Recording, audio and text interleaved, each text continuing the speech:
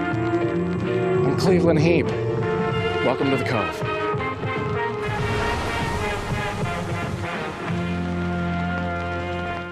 I really liked Trap. Did you like Trap? Matt Garingo, my co-host here at the Failed Fantasy Films. That was the weakest intro I've ever given. I'm sorry. I was I'm all sorry. ready I to can be do it like, again. I can I do it was going to again. cut you off and be like, fuck you, because this is the first recording we're doing post-election, everybody. We did it. We did it. Yay! We, uh, I we did mean, not, we in fact, we do did it. not We did not. do it. Um, No. Turns out all those old fucking Democrats I was talking to fucking lied to me.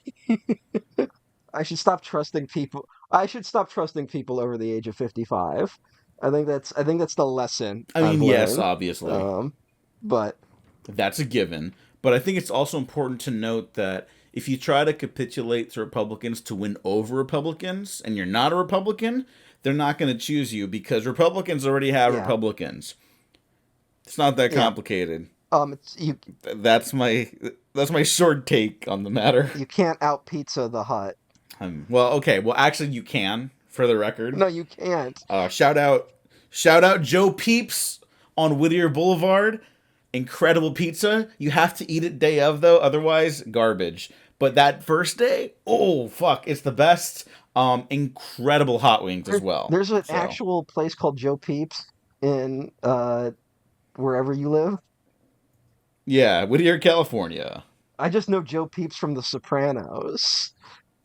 Yeah, I do not know if they were named after All that. right, Joey I should Peeps. ask. Joey Peeps on The Sopranos gets assassinated, and Tony, he's a New York guy, so in Tony's Jersey, so he's like, we should pay for the headstone.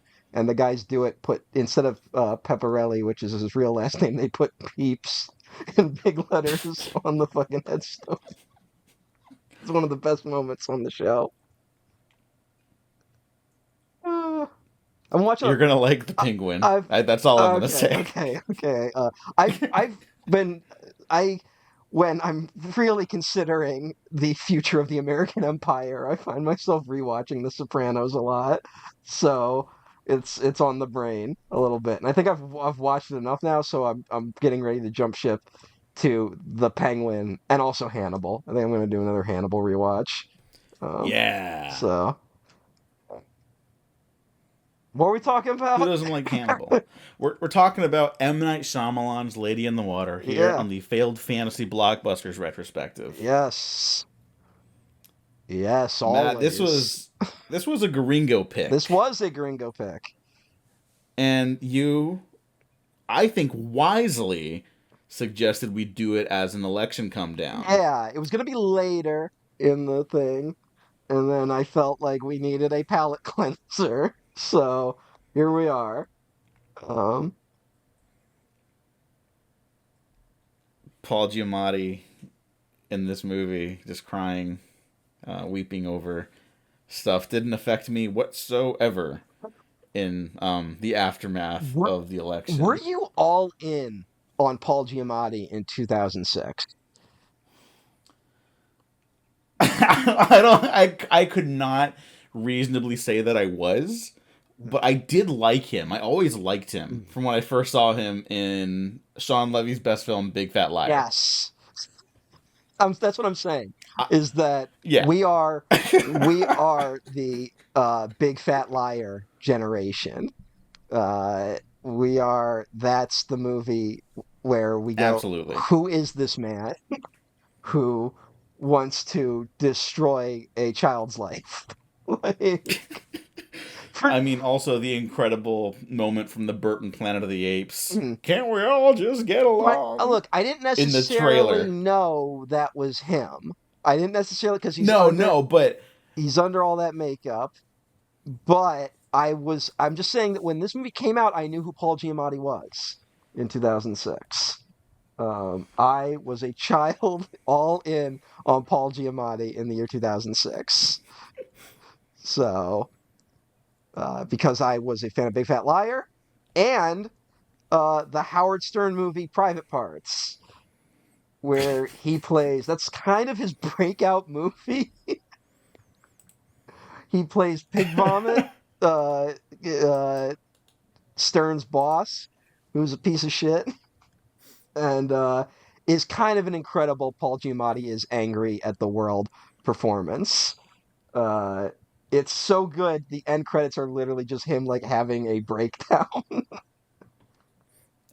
For those who haven't seen, check out Private Parts alone. Even if you don't care about Howard Stern, just for Paul Giamatti's performance, it's amazing.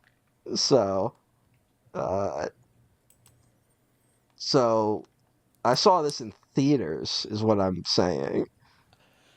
I did not. Mm. But you saw the trailers for this. You knew who Paul Giamatti was. If Well, I could just backtrack a yeah. little bit, Mhm. this is our first M Night movie. Yes, it is. No, wait, it is not Wh- technically. We technically talked about The Last Airbender. Oh yeah. That's right. That's right. So we talked a little bit about our history with M Night then, Mhm. but where were you in this headspace Well, going into Lady in the Water? Besides Paul not Giamatti. only was I all in on Paul Giamatti, I was all in on M. Night Shyamalan. Hmm. In the year this, I am still on the Shyamalan train. It is really not until the the three-peat disaster of the Happening, Last Airbender, and After Earth that it's kind of like, oh, it's cooked. Like that's when I'm off. The Happening is when I hop off, basically. Hmm. Um, and I mean that's 2008. There's a lot of changes happening in 2008 in terms of the type of movies I watch. I am now the movie critic from the movie Lady in the Water in the year 2008, so it makes sense that that's where I hop off. Um, but like I was so in on Shyamalan, I saw The Village, and the moment I got home, the first thing I did was hop on the computer and go on the internet and Google M. Night next movie, and saw that he was working on something called Lady in the Water. So, Wow. yeah, that's how in on M. Night I was um, at this moment. I have the collector's edition DVD of Lady in the Water, which I bought the day it came out on DVD. So that's how far the M. Night love carried. But I do distinctly remember being in the theater in 2006 and the vibes being very bad. Oh. Um. Yeah, I didn't have that exact relationship with M Night. Obviously, as someone who came later to horror Mhm. stuff like Sixth Sense, and I just assumed Unbreakable was like a scary thing at one point. I was Yeah. like, then I see Sixth Sense, and I'm like, oh, it doesn't even matter that it's technically a scary movie. It fucking rips. Mhm. I didn't use that vernacular back then, but it's true. It's still true. That's an incredible movie. Um, I talked about Signs, I think, on the last Airbender Yeah, episode. That was, I think, one of Signs the was my bigger jumping ones. on point. Like when that hit DVD, Hmm. that's when I'm like, Yeah. this is the best. Yeah. Yeah, that I fucking still go to bat so hard for that movie. I go to bat harder than ever before Part for that movie, part of frankly. me, there's a part of my brain that is like, is Signs his best movie? Like, there's a part of me that feels that way occasionally.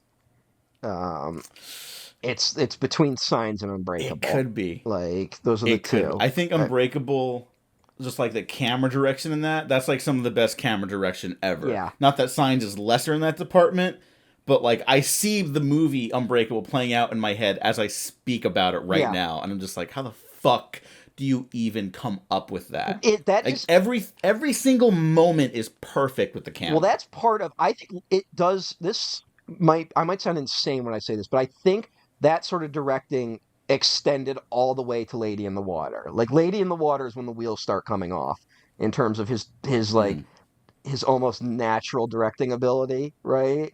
Like yeah. where like when people are calling him the next Spielberg, there is that sort of like when you watch a Spielberg movie being like, how the fuck did he know to put the camera there, and there? Right? Like how did he do that Yeah. Yeah. for fucking Duel, right? Like you're just like, how does this guy know how to do that right off the bat? M. Night is in that pocket, I would say, from Sixth Sense to Lady in the Water. Like it either is over by the happening or it ends somewhere in the process of making Lady in the Water. So I guess Yeah. that's a debate. Uh, Hmm. but Yeah. Some people really like kind of harp on Signs as the jumping off point. I've never understood that less than at this point. I think that Like only made that's sense when everyone hated M. Night. When there's mhm. the, I mean, let's see, the happening to the village. I mean, the visit. That is over. That's 7 years. There's a 7 year stretch between those movies. And all right, Lady in the Water is 2006. Let's argue that there's a 10 year period where everyone hates M. Night Shyamalan, right?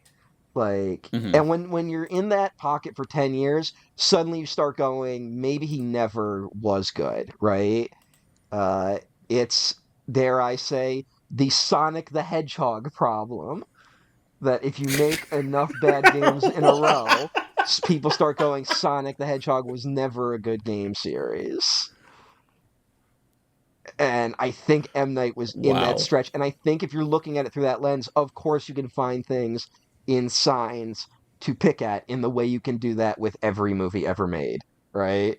Uh, Yeah. in a way you forgive a director like, let's say, David Fincher, who people jerk off constantly, um, that you stop forgiving if it's M. Night Shyamalan who has just directed The Last Airbender, you know?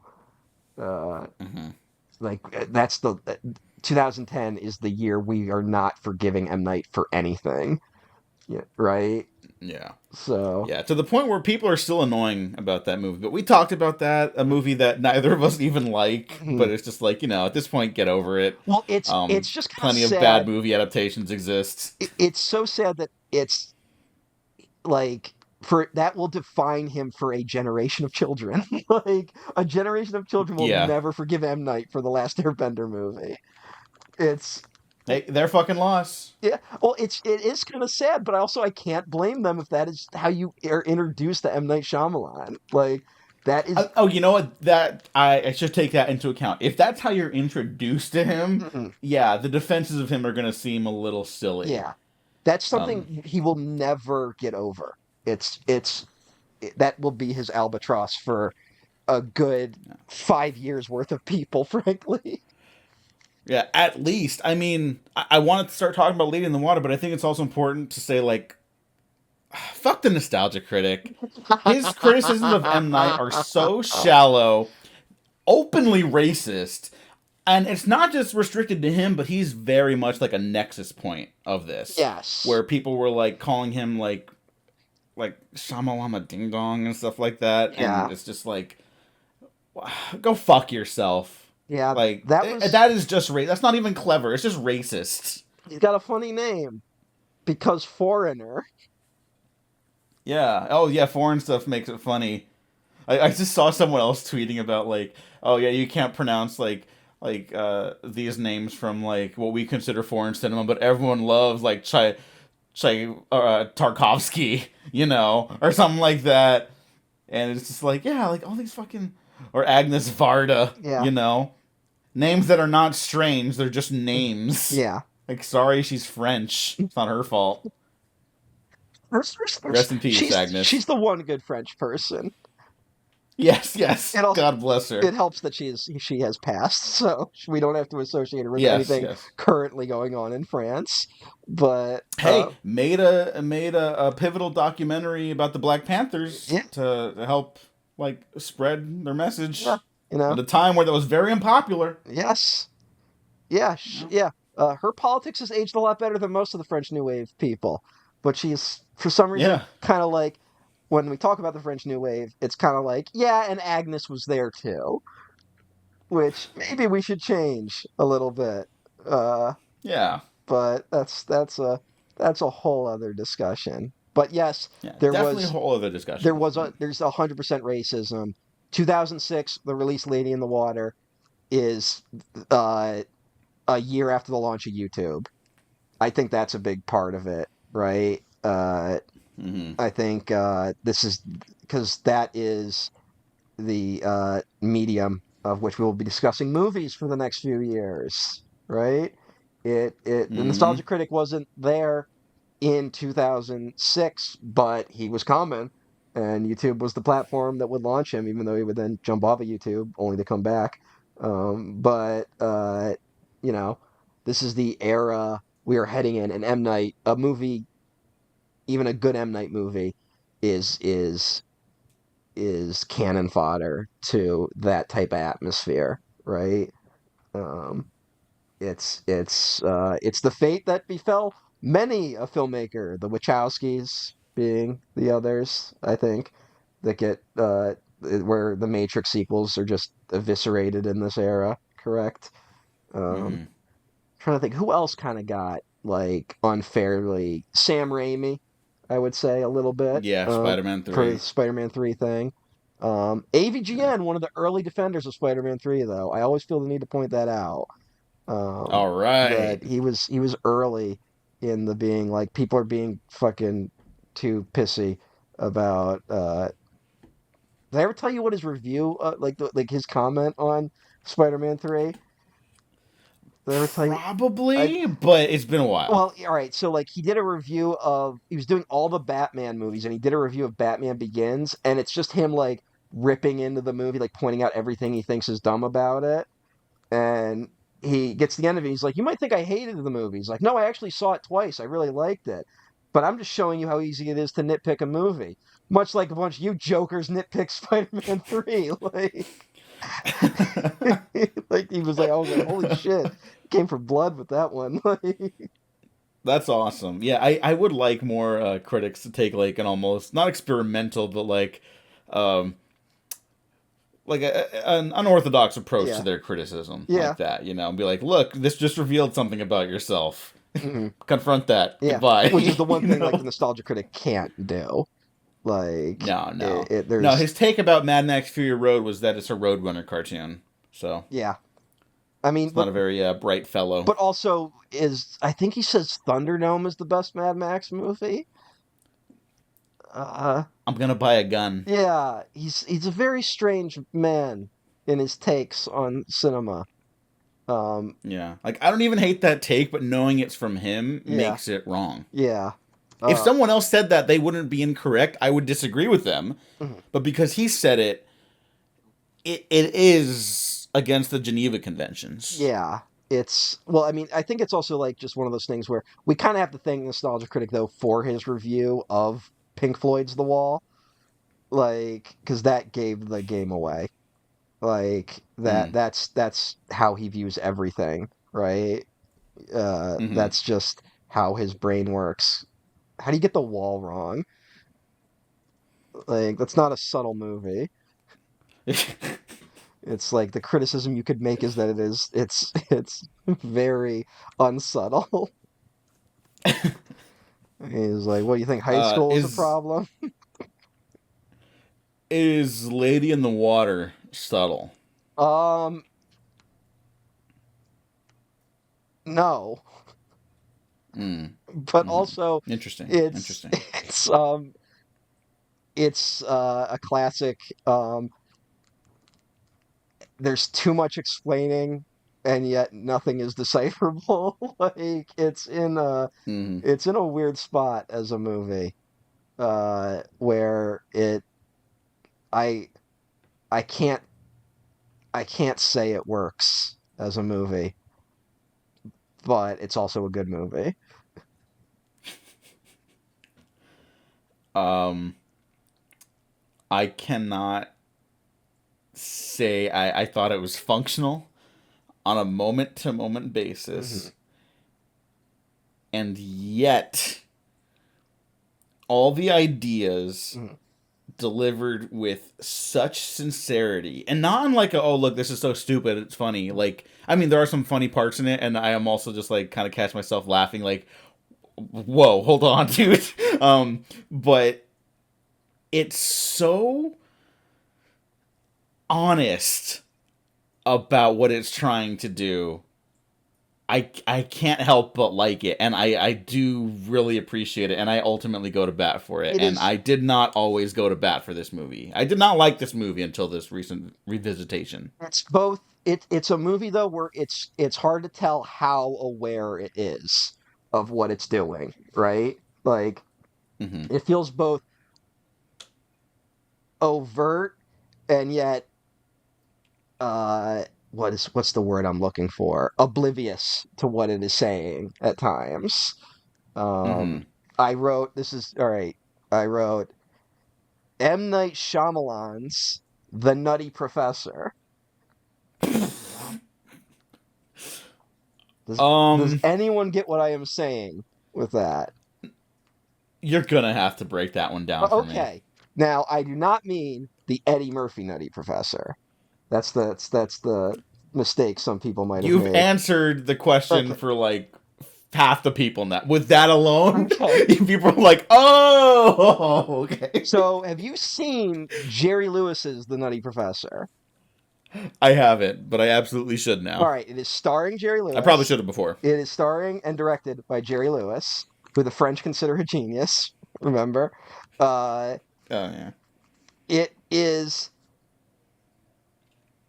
his love. It's subconsciously and consciously, simultaneously, his love and hatred of Dean Martin. It is Hmm. him being like, I hate you, Dean Martin, my former partner, but also I desperately want to be you, Dean Martin. How aware Jerry Lewis is of that is hard to tell when you watch The Nutty Professor, because it is a movie about a goofy guy who turns into a suave sociopathic lounge singer, and it is so clear a it's such a weird like Jerry Lewis's id on full display, and I think Lady in the Water has similar elements to it. Uh, Mm-hmm.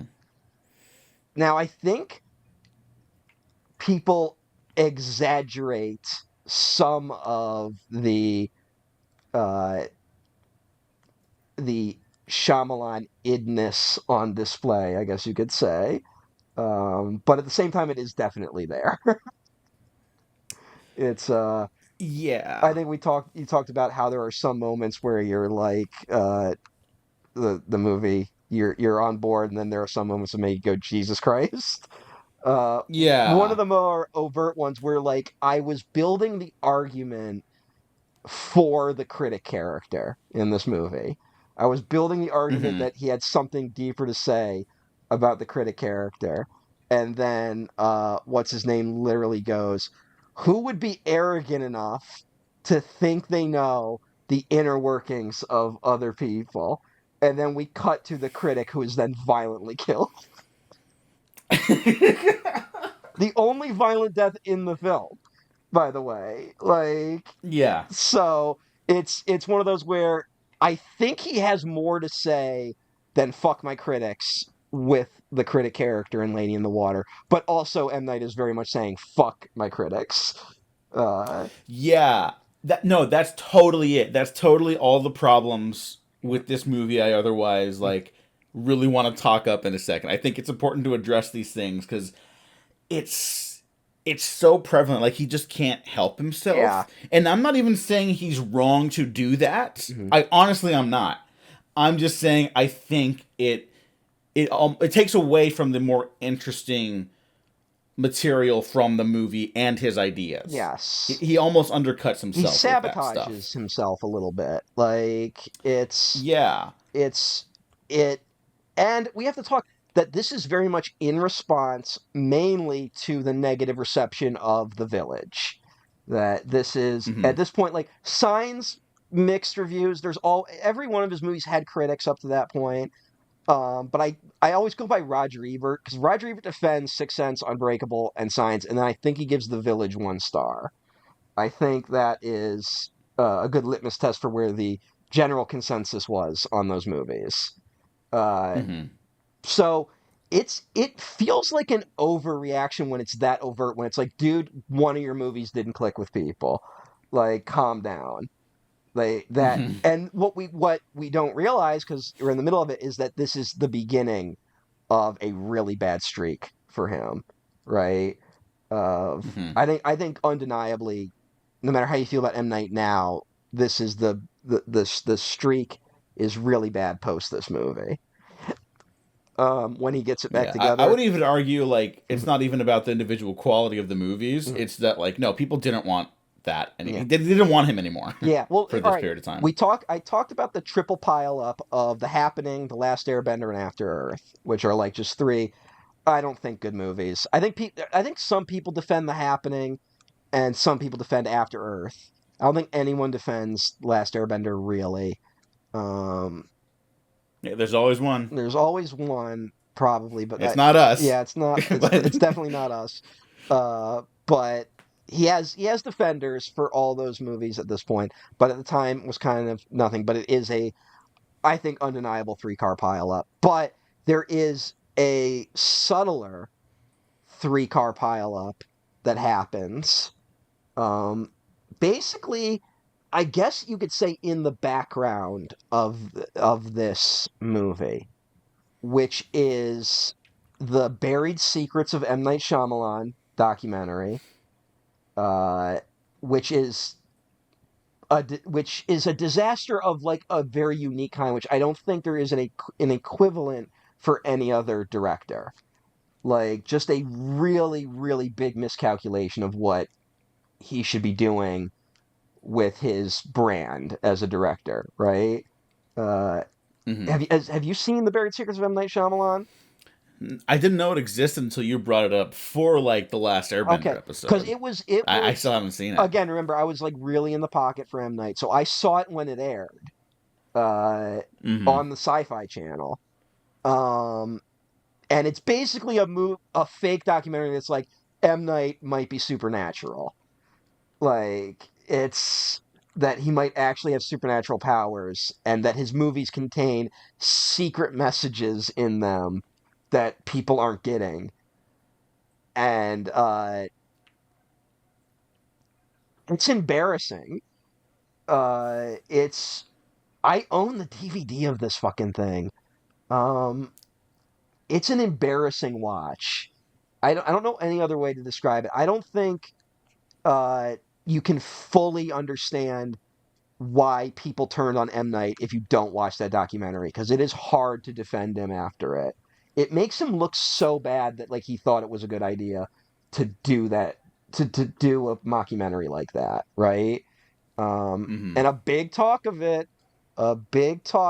the like M. Night might be supernatural is like he's like, hey, did you notice that water is a theme in all of my movies? And it's like to do that leading up to the village and then into Lady in the Water, a big fucking mistake. Like it's like basically giving people ammunition to fire at you, you know? Hmm. The other element is uh he basically has a falling out with Touchstone Pictures over this movie. Even Okay, though, I'm glad you brought this up. yeah, even Yeah, I though was unaware of they this. were gonna finance it, they just had some questions about the studio because Dick Cook didn't understand the script. Shocker. But they basically said we were still gonna finance it, but he was so incensed that they questioned him that he quit and publicly threw Disney under the bus and said they no longer valued individualism. This after they had financed his previous four films, like, and Hmm. basically let him do whatever he wanted. It was wild, and then basically brought in a writer, Michael Bamberger. Talk about not being able to pronounce name. Uh, a writer for Golf.com who wrote a book about the production of this movie called The Man Who Heard Voices, which is a total hatchet job. It totally M Night brought him on thinking he would hype the movie, and the dude totally makes M Night out to be like the biggest ego-driven director in recent memory. Hmm. It makes him look terrible. Yeah, Uh, I've only read excerpts from that, yeah, but he comes across so bad yes. in that. Because I think film Twitter has rewritten history to ignore that these elements were in the air at the time. Like Hmm. that this is the stuff that had an effect on the reception of his movies going forward. And the third thing that happens, I think, slightly after. I'm trying. Let me. I'm getting the dates mixed up. Uh, yes, after it happens after The Happening, but same year as Last Airbender is Devil, his produced horror movie, Ah. which is supposed to be the beginning of what we're going to be called the Night Chronicles. It literally starts with a number one Roman numeral to be like, this is, I'm announcing the beginning of a series of films I will be producing. Like, my brand has begun, and there was never a second Night Chronicle. And Devil, I don't think Devil has many defenders. Uh, I remember Devil being a bad movie. Mm-hmm. I remember discussing with friends in high school about it being a bad movie. Uh, but that is the third thing that people just kind of ignore that was in the M. Night, that, like, I don't think people could even name the director of Devil, but they can tell you that M. Night was involved and they blame him for it. I always think about there's that documentary, The People versus George Lucas, and some critic points out that he was at a screening for Crystal Skull, and someone shouted out like, "George, stop hurting us." And the critic is like, "It's interesting that he singled out George Lucas and didn't bring up Spielberg. That you can, like, you suddenly Oh. you can develop these identities that kind of like turn against you, and it's in like a Shakespearean way, in a Lady in the Water esque way.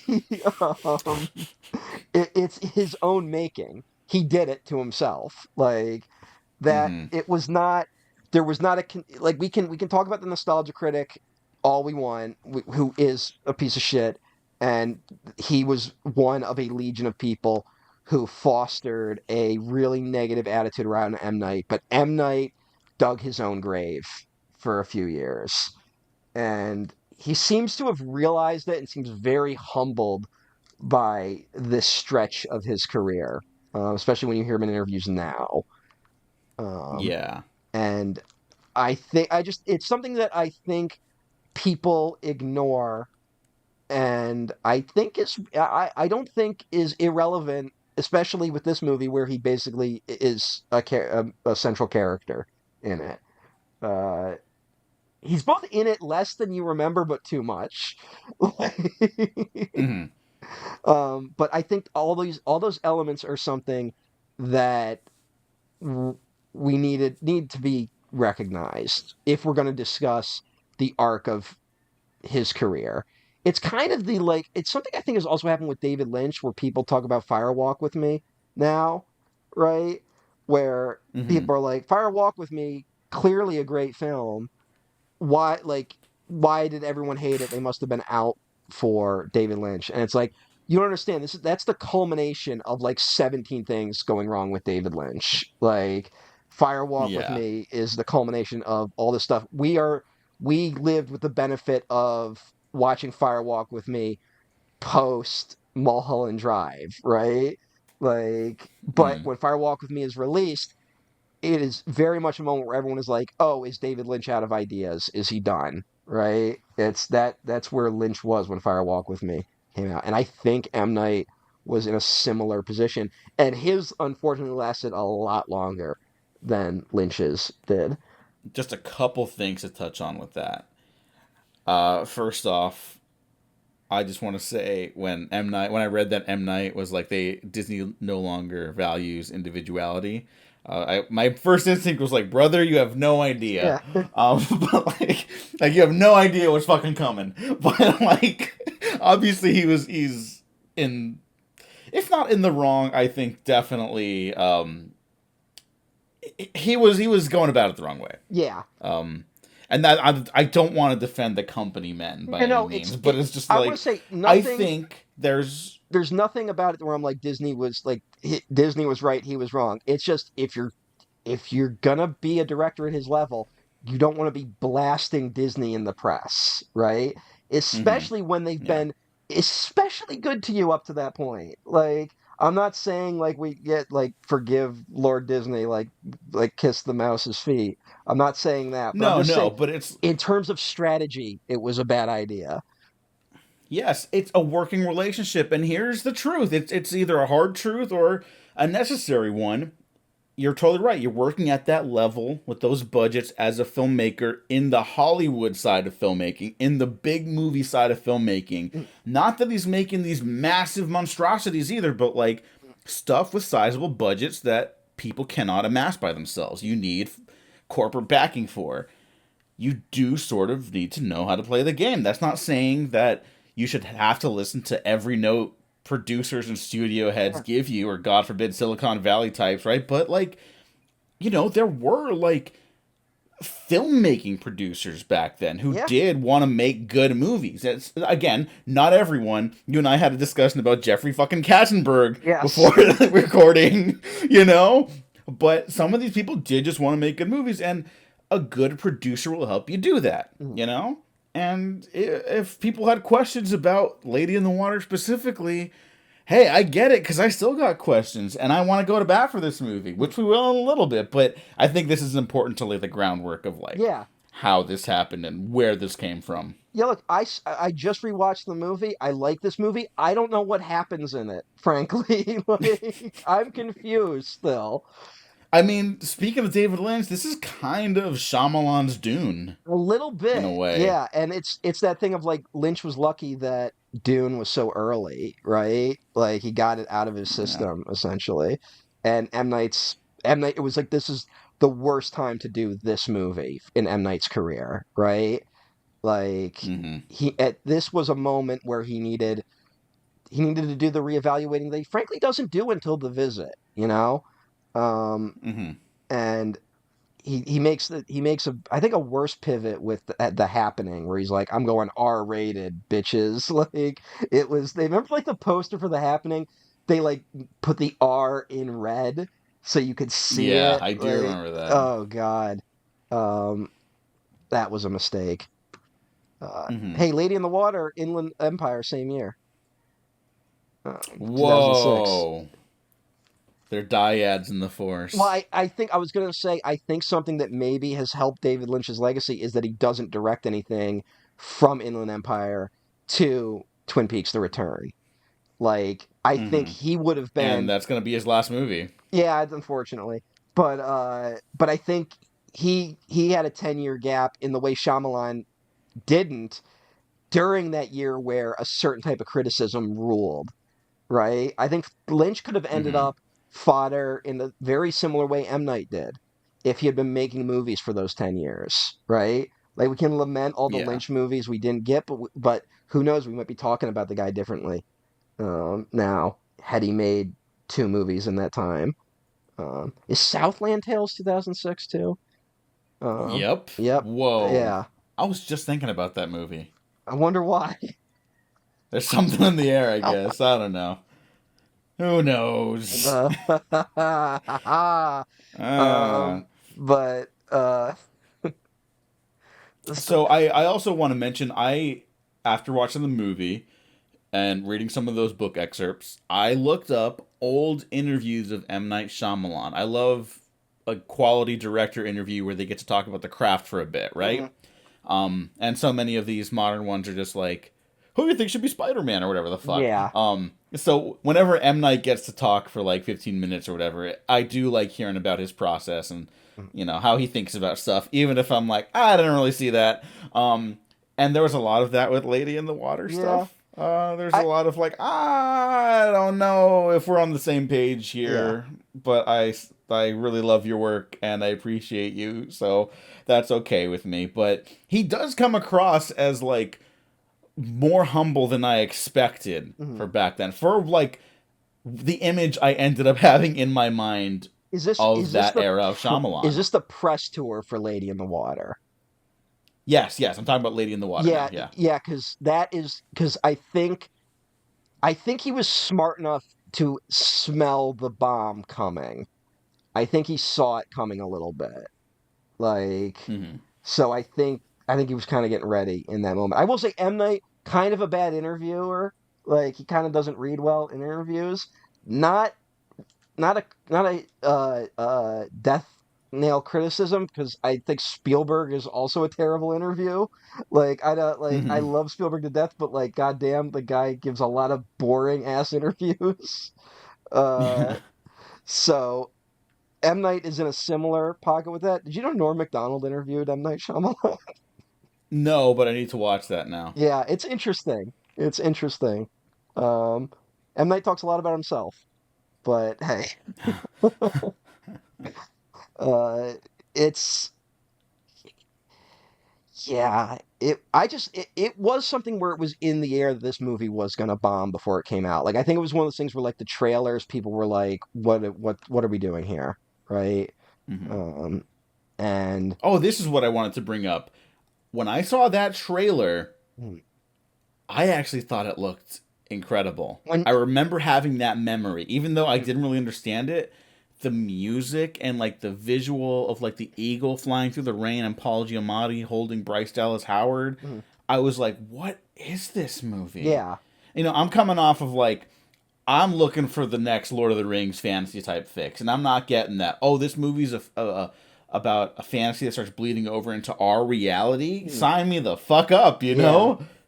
And I Which am is the movie. Yeah, it is. But also, in 2006, I think was like the majority of people who were like, I want another M. Night horror movie, right? And Hmm. the trailer does invoke a, what is this?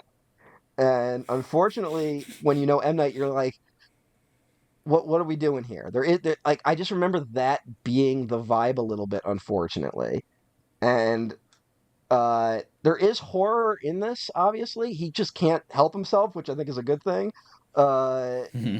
but I do remember part of the vibe of seeing this in theaters was it felt like people were waiting for it to get scary and it never did, which Hmm. is not fair to this movie, but I think that was something that also hurt it. That no matter what, even though there was like a bedtime story by M. Night Shyamalan, which I think is what they kept saying in all the trailers. Yeah, Uh, for his kids. yeah, never a great way to sell a movie, frankly. Don't do that. Um, it's never worked. It has never worked. Uh, but I think people were like, yeah, but it's still gonna be scary, right? And then it's just not. Um, Yeah. but we And can, I will say, it never ever works. You're right.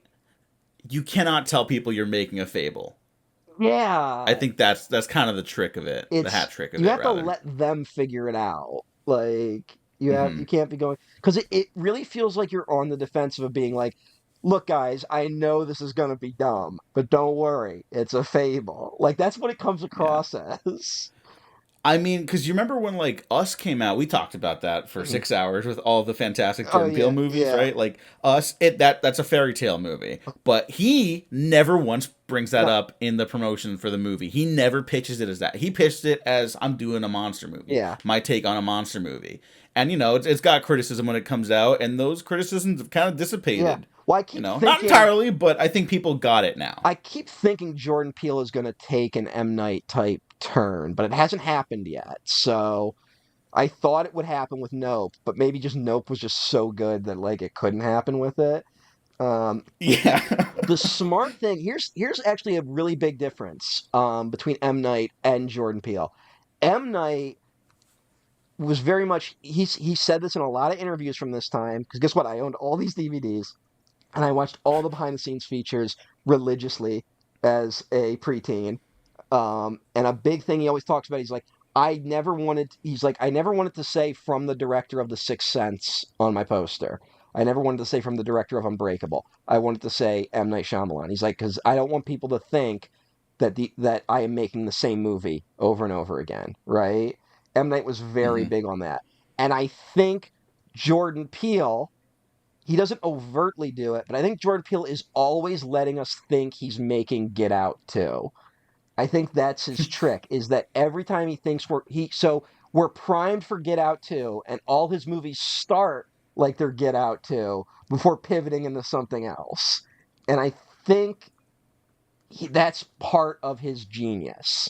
I think that's part of he lets us do the work where we are expecting Get Out 2 and it lets him use a lighter touch with that and then focus on bigger ideas.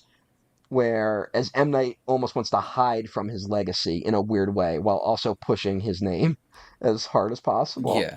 Um, but uh, Yeah, because I think that it led to what a twist. Like that's the big thing Yeah, he gets yeah. dinged with in this era. I mean, that was The Village. I remember The Village was the movie everyone went into being like, well, what's the twist gonna be? And me in fucking fourth grade, I think, being like, it's probably modern day. And it was. Well, I didn't know that. Oh no, I did have that spoiled for me. That's right. Okay. You know what? Yeah, All right. it's like Here's. fucking teacher talked about it. I just gotta throw out. I don't like The Village. Um, Yeah. I liked The Village when it came out. There's been a critical reevaluation of The Village where everyone thinks that's a great movie. People are fucking smoking crack. Um, No, it's a great it's movie. in the crack. It's in the schools. We need to do something. But yeah, bad movie.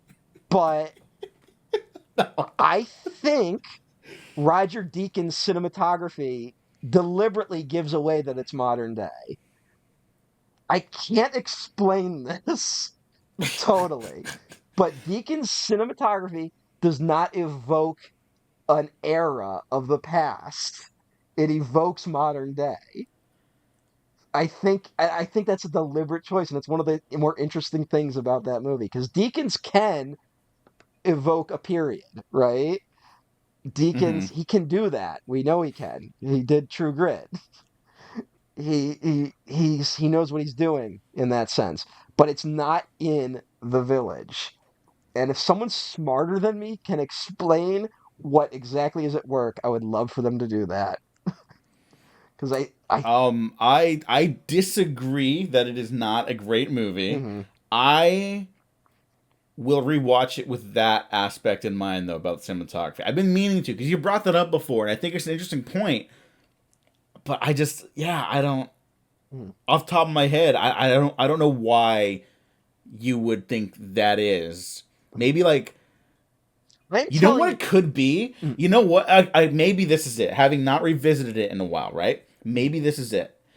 The way I mean, even just the way the camera moves throughout the scenes, it's it's just modern. Our brains read it as modern because cameras didn't move and operate that way mm, with older cinema. Now the Village is obviously cosplaying as a period of time even before the invention of cinema, right? yeah, yeah, But when you look at like old movies or old pictures, pictures are always still obviously. So like old movies, um, they couldn't move the camera around the same way. mm, Maybe even like the angles and like the lenses, down yeah, to the lighting even. mm-hmm.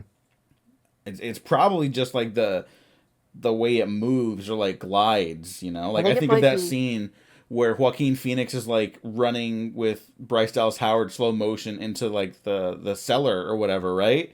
Mm, It's like to me, it's an incredible sequence. That's a very modern move. mm. At least like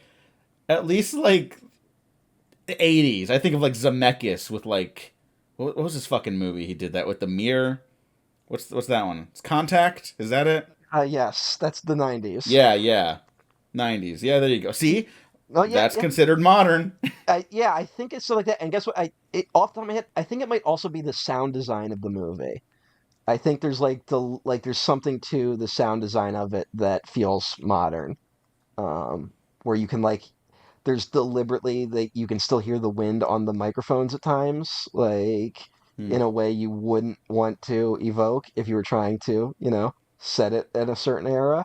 Um, but I think there's something to the. I'm just telling you that when I saw The Village in 2004, part of it was going in being like, there's going to be a twist because it's M. Night Shyamalan. But as a child, I was able to predict that it was modern day. And I think part of it was something subconscious in the movie, something in the way the movie is made that telegraphs itself. And that is not a criticism. That is not my criticism of the movie The Village. My criticisms are more complicated. But Hmm. yeah, So, do you like Lady in the Water more I than The do like Village? Lady in the Water more than The That's Village. crazy to I'm me. I'm just saying That's I crazy. really don't like The Village. I will say I probably exaggerate my dislike of The Village because it has been uh, reclaimed in such a way where Hmm. if people say it's his best movie, I want to hit them. Like it's just that's just fundamentally wrong. Um, but it's just a movie. I just don't think. I think it's the way where people go. A24 horror movies are about trauma, and it's something that people use to criticize A24, and then they give The Village a pass for being a very Mm, shallow exploration of those things. Um, that being said, The Village does have some incredibly directed sequences in terms of horror. Um, it's a very uh, it's actually kind of a problem. I think it's something that people started to not like about M. Night, but I also think it's one of his strengths. He's very Hitchcock showing the bomb, right? Like we set up hmm the rules of the village, and you only set those up so you can knock them down, right? Like it's Yeah. like don't go in the woods. Well, we know what the fuck's gonna happen. Like it's like But you know what? It's totally one of my favorite things too, and obviously I think I'm a fan of more of his movies than you are. mhm, And I would I'm I'm guessing I'm a bigger fan of his stuff still mhm, to this day, yeah. but that is one of my favorite things. There's just something nice about like having a movie where it's like here's the setup, Let's the go. payoff's coming. You don't know how or when, Yeah, but I'm gonna do it, and you know it's not gonna be the way you expect. yeah. That's like classic cinema. No, That is Hitchcock. I it's brought up that he was like the modern iteration of Hitchcock, different gears, obviously, maybe not all the same facilities. But I brought up recently at a party, like, no, I think he's our modern Hitchcock. I think he's the closest thing we have to a modern yeah. Hitchcock. And people looked at me like I was huffing paint. Those people should just fucking check themselves. You are correct. I mean, Thank you. what is one of the most defining horror lines of the previous century? I see I dead see dead people, people. which is what Yeah. that movie is. That movie is promising you are gonna see dead people. You don't know when. And people fucking shit their pants at The Sixth Sense. Like I talk to people who are like like my dad still talks about going to see The Sixth Sense and being like, that's one of the scariest fucking movies ever made. And part of that is the like you know that you could round a corner and it could just be the characters going around a corner or there's going to be something fucking insane around that corner, right? Like hmm it's it's that. And then I think when you get to Lady in the Water and you start throwing around things like narfs and scrunts and we don't know what those are, like it's you're showing us a bomb that clearly doesn't work. Like you're so there's no threat to it. No, you know what? Here's the difference between M. Night when maybe he's riding a bit of a high Uh, and is maybe getting, I hate to say it, but like maybe even like too much money yeah. for No, his no, I productions. yeah, As a person, I don't care yeah, about yeah. that, but just maybe he's better with less money, and you're like, what's a scrunt? Versus now, it's like he makes old. What's that about? It's about a beach that makes you Age makes you old. old. Boy, howdy, you're gonna go see some people who get old on a beach. I think part of though too is that M Night. I think Lady in the Water is actually kind of about this. Is him having a personal crisis about he doesn't know what to do post Sixth Sense. Like I think Lady in the Water is partly about being the director of the Sixth Sense, where everyone is expecting you to be that guy forever. And M Night is kind of admitting he doesn't know why the Sixth Sense hit so well. I think that's partly what Lady in the Water is about. And I think his recent run of success has been him getting his groove back and being able to weaponize who he is almost for his movies. Like Knock at the hmm Cabin. Like no other director could have made Knock at the Cabin. Because no other Yeah. director would get you like there's when you watch Knock at the Cabin, you have to go, these crazy people might be right. And yeah. no other director could convince you that except M. Night Shyamalan. Like, there's no other filmmaker that could have made it work that way. And I think that's part of what he's figured out about his brand. And then Trap has a similar thing to it of just hmm like like you're like this movie could go insane And M. Night is constantly threatening, being like, "I could lose it at any moment." Like that's the threat of every M. Night movie now. Is he is threatening to make Lady in the Water with every movie he releases going forward. Like but he has weaponized it to his benefit. Like every time Mhm. you sit down to watch an M. Night movie now, you're like, "Is this going to be Lady in the Water again?" And that is factored into the suspense of the movie. So, yeah, you are 100% right with him in the modern Hitchcock comparison. Like, I think he's one of the best to do it. Um, Yeah. And like, hey, folks, Hitchcock, obviously one of the best to ever do it. He didn't make Psychos his entire career, no, you know? he made Under Capricorn. What you say exactly? Yeah. And even like his 3-star bangers, Lifeboat, I love that movie. It doesn't really hold up to It was his clearly like made 10-star in an movies. era, you know. Um, Yeah. the 39 Steps, clearly a dry run for something like fucking North by Northwest, you know. Um, Hmm. I'm a big defender of Foreign Correspondent, but it's also like he did better versions of Foreign Correspondent later in his career, right? I mean, he Hmm. literally remade The Man Who Knew Too Much. Like, he literally Yeah. remade one of his own movies.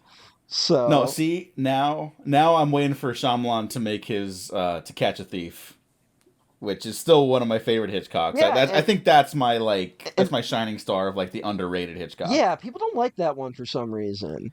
It's Uh, so much fucking fun. yeah, It's so charming. It's sexy. It's got great locations. Like, what do you people want? Do people even like movies? yeah. You I know? feel like that and Shadow of a Doubt have kind of like diminished in how people talk about Hitchcock. And I think both those movies are in the running for best Hitchcock movie. Like, I'm not saying they're my favorite Hitchcock, but I think both those movies would be in the running. Um, but hey, uh, No. I don't know. Uh, Uh, Lady in the Water is not necessarily most people's choice for a best no, Shyamalan. I will say, as much as I Um, like this movie, I might look at you sideways if you pick this as his best movie. um, yeah. Let's talk it up now, though, because we both do like it Mm, despite its flaws. yeah. Um, I will say one of my favorite Letterboxd posters, and really, in my opinion, really great critic, and um, Silent Dawn on Letterboxd. I don't even always agree with him, but I always look forward to what he sees and posts about. He gave this 4.5 stars, and I think it's a really great review. And I don't even think he's like off base Mm. with any of his responses to the movie. Um, I just don't love it the way he does, Yeah, yeah, and it's like no one disagrees that it's like a mess. yeah. You know, like I don't think anyone's like this is his best made movie Like I think necessarily. part of it is I've read Silent Dawn's review, and I am similar where it's like Silent Dawn. If I ever run into you on the street, you better hope I read a review of yours I agree with right before I run into you. But anyway, it's this movie is such a mess. You start going, is it deliberate? Right? You start going, Hmm. is that the point? Was it deliberately M. Night sabotaging himself? And I think it's a mix of both. I think he was messing with everyone a little bit, but also he was subconsciously self-sabotaging, right? Hmm. I think there was a little bit of that going on here. Um, and I think again that's what makes this such an interesting object of a movie because it is so much about. I mean, look, the girl's name is Story. We have to save Story, right? And people are like, it's M. Night being like, Story is the most important thing ever, and I'm a writer who's going to save the world, right? Hmm. That's what people ding this movie with. But also, a huge chunk of this movie is people not knowing what to do with Story. It's people being completely baffled, being like, "What do you want?" And Story being like, "I can't tell you." Like, it's I think it's And him admitting like he doesn't know what he's doing as much as people think he is, right? Like, and that's not a bad thing. That's not a bad thing. I think a lot of no, directors no, are that way. I think The Fablemans has a similar message in it. of Spielberg being Mhm. like, I don't totally know why I do the movies the way I do, but I do them this way. Like, it's just part of who he is. Yeah, And I mean, to even go back to David Lynch, like his whole thing about like writing, you ask him about it, and he's like, "That story exists. It's out there. I just kind of pick at it in the air, and I kind of put pieces together, and then the story reveals itself to me. I don't have a story. It's out there, and it's like, okay, in human language talk, that just means he's like, he's finding it as he goes along. It doesn't it, he's not someone who has the full narrative from beginning, middle to end in his brain. Some yeah, people can do that. That's great, and other people find it along the way. I have found it very productive to write in notebooks. mm, Not even structured, just like here's an idea, there's an idea, yeah, there's another one, and I just keep going until the notebook's filled now. mm, And it's helped a lot, you yeah. know? I'm not smart enough to come at it with like a fucking I'll this is the one positive thing I'll say about him, Sorkin level like narrative breakdown. Yeah. you know Yeah, and I say this as someone who I definitely don't want to praise my own writing, which I don't even know. It's a theoretical skill at this point, but I think in sequences, and I think of the tension of individual sequences as opposed to overarching stories. And I think M. Night kind of does similar things here. I really think part of this is M. Night being like, stop looking at my movies like puzzles. Like, they're not puzzles. Stop it. I think it's a huge part of this movie. And hmm it took people a minute to get that. yeah I also looked up afterwards, like I think a good way to gauge, like not always, not especially now considering the internet climate, but like look at old videos from like over 15 years ago, Hmm. check through the comment sections. I think it's a pretty good way of gauging at least what like the online bubble felt about certain things. Hmm. And I did that for like the opening of Lady in the Water. And there are some people who were commenting like, this is I was so caught off guard by this movie, I didn't know how to feel about it. Hmm. And someone else being like, this was embarrassing, I laughed my ass off all the way through. And then other people, a surprising amount of people who didn't reevaluate this movie but claimed they loved it day one because their comments were also as old as the video, Hmm. were like, I think this movie is really beautiful and I find it really inspiring, and I showed it to like my dad or something, Yeah, and yeah, we all had a cry, like something. yeah. So even through like the mess, Shyamalan's just like he's hitting these targets for very specific audiences. Not to note though that those people deliberately searched "Lady in the Water." Yes, yes, That yes, yes, factors yes. into the thing because I can find Sure, similar. I can yeah. find similar comments under clips for Rockadoodle. So I showed Rockadoodle to my dad, and we had a good cry about my it. dad died last year, but we used to watch it. That's my favorite YouTube comment now. Is someone Yeah, pretending that's the, they're the dad one. yeah, someone pretending to be 90 years old and being like, my wife just died of dementia, but we loved fucking Turned Down for What? It's my favorite genre of YouTube comment. Um, but That will happen in our lifetime, by the way. well, That comment will it's happen I'm telling you, there's organically. already a comment under Turned Down for What. That's on. No, no, no. But I think people are lying. I think it will genuinely happen organically. Okay, yeah. I think that person will be forced into existence. Mhm. There will not be a lie. Enough lies will culminate to make that a reality. I just don't believe any comment that's like, I was a teenager when this dropped in the 40s, and now I'm old because I just don't believe old people would write that many comments like that. Uh, Yeah, no, I agree. Unless you're that grandma that played Skyrim for like years oh and yeah, streamed, you don't go on the internet. yeah. Or you go on the internet and you're like, how do I reach my grandson under a YouTube comment? Like,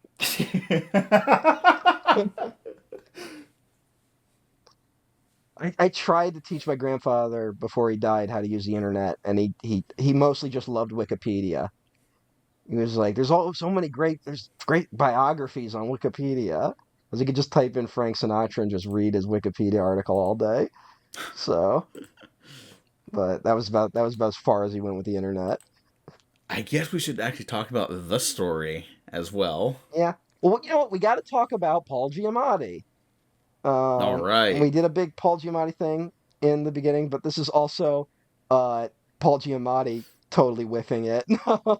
Frankly, Oh, you uh, think so? well, in terms of he 2004 Sideways, 2005 Cinderella Man, 2006 Lady in the Water. Like Mm. that's what's happening here. Mm-hmm. Or I should more accurately say it's 2003 American Splendor, 2004 Sideways, 2005 Cinderella Man, 2006 Lady in the Water, and then the other quiet fuck up he does is The Illusionist, the other magic movie from 2006. That That's wasn't The right. Prestige. Uh, has anyone seen The Illusionist? No. I have You know what? seen. I did back Yeah, then. I saw The Illusionist probably for Paul Giamatti, and I couldn't tell you what happens in that fucking movie.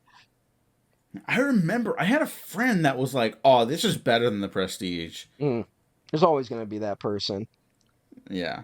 No, but like back then, even Yeah, that's just like very funny. and, and then the The next. accurate summation of his career is also Big Fat Liar 2002. You just got to add that, Yeah, and then yeah. Paycheck, John Woo's Paycheck, Oh right yeah, before yeah. Sideways. Paycheck. He's very minor in Paycheck. Like he's very much a Yeah, I know, but Weasley I, guy. I mean, how often do I get to bring up Paycheck? Yeah, but yeah, he's kind of in that like Saving Private Ryan mode in Paycheck, where he just shows up for like a little bit of Saving Private Ryan. He's Yeah. great in it, but and then 2007 is Shoot 'Em Up and Fred Claus. So like not great follow-ups, but then he's John Adams in 2008, and he's like one of the early guys to be like, yeah, I'll go to television. Like I don't look down on it. And I think that kind of helped him because there was like a quiet like resurgence of his career. It wasn't Mm-hmm. like massive, but he then becomes like a character actor forever post John Adams, right? Mm-hmm. And then he does like one scene in like about 1,000 movies for the next decade, and then he was in fucking The Holdovers. Um, Yeah. just last year, and Oscar nomination, and it seems like he's back now. Now, will that go anywhere? Who knows? But he could totally whiff it again, right? Uh, Yeah. He could. He could. but Um, I hope not. I hope he sticks around. yeah, Because he's the terrific. And then Holdovers. he. It's kind of funny. It's Sideways again because it's same guy directed Sideways, fucking Alexander Payne, and then like the Holdovers is kind of like aged really weird, like really quickly. And Yeah. you're like kind of like Paul Giamatti. I hope you get out of this alive. And he seems to have, but we'll see where things go um, post that. Um, Yeah. He had a great run on that press circuit though, and he oh was yeah, that like, was one "Yeah, of the I best. love horror," Uh, and he wants to do like a Texas Chainsaw Massacre type movie or yeah, something. yeah, And it's like, yeah, we should do that. yeah. Why isn't everyone trying to get him to do that immediately? What the fuck? He just said what he wants. It's Paul Giamatti. My thing is that he's got to be in one of the John Wick movies. Like it might be too late, but like you could see him Hmm. as like what would he be? He'd be like Emperor of the Five Points or something. Like he'd be some fucking Yeah. guy that was trying to be like, ah, you come in here, Mister John Wick. Like he'd fucking like Yeah, yeah. talk shit to him for a minute, and then be like, all right, just be some fucking guy. Like it would be amazing. Uh, If John Wick 5 was John Wick breaking out of hell, he could just play the devil. he was gonna be Paul Giamatti was gonna be Dracula for a second.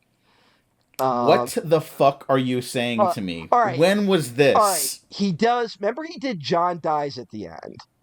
Uh huh. The Don Coscarelli directed adaptation of John Dies at the End. Don Yes. Coscarelli was trying to do a sequel to Bubba Hotep for a long time called Oh my fucking god. Bubba Nosferatu, and Paul Giamatti would have been the Nosferatu. I think that's what was going to happen at one point.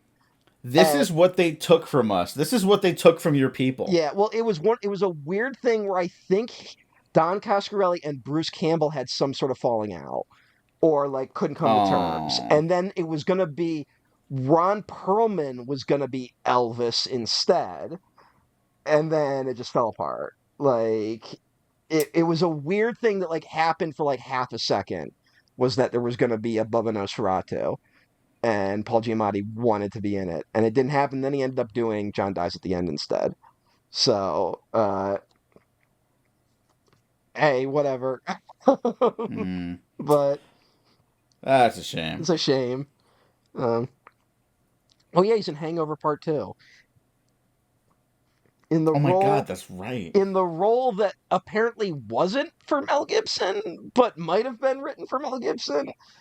Remember that? No, no, Mel Gibson was going to be the tattoo artist, and Oh, instead okay. it's Liam Neeson. Okay.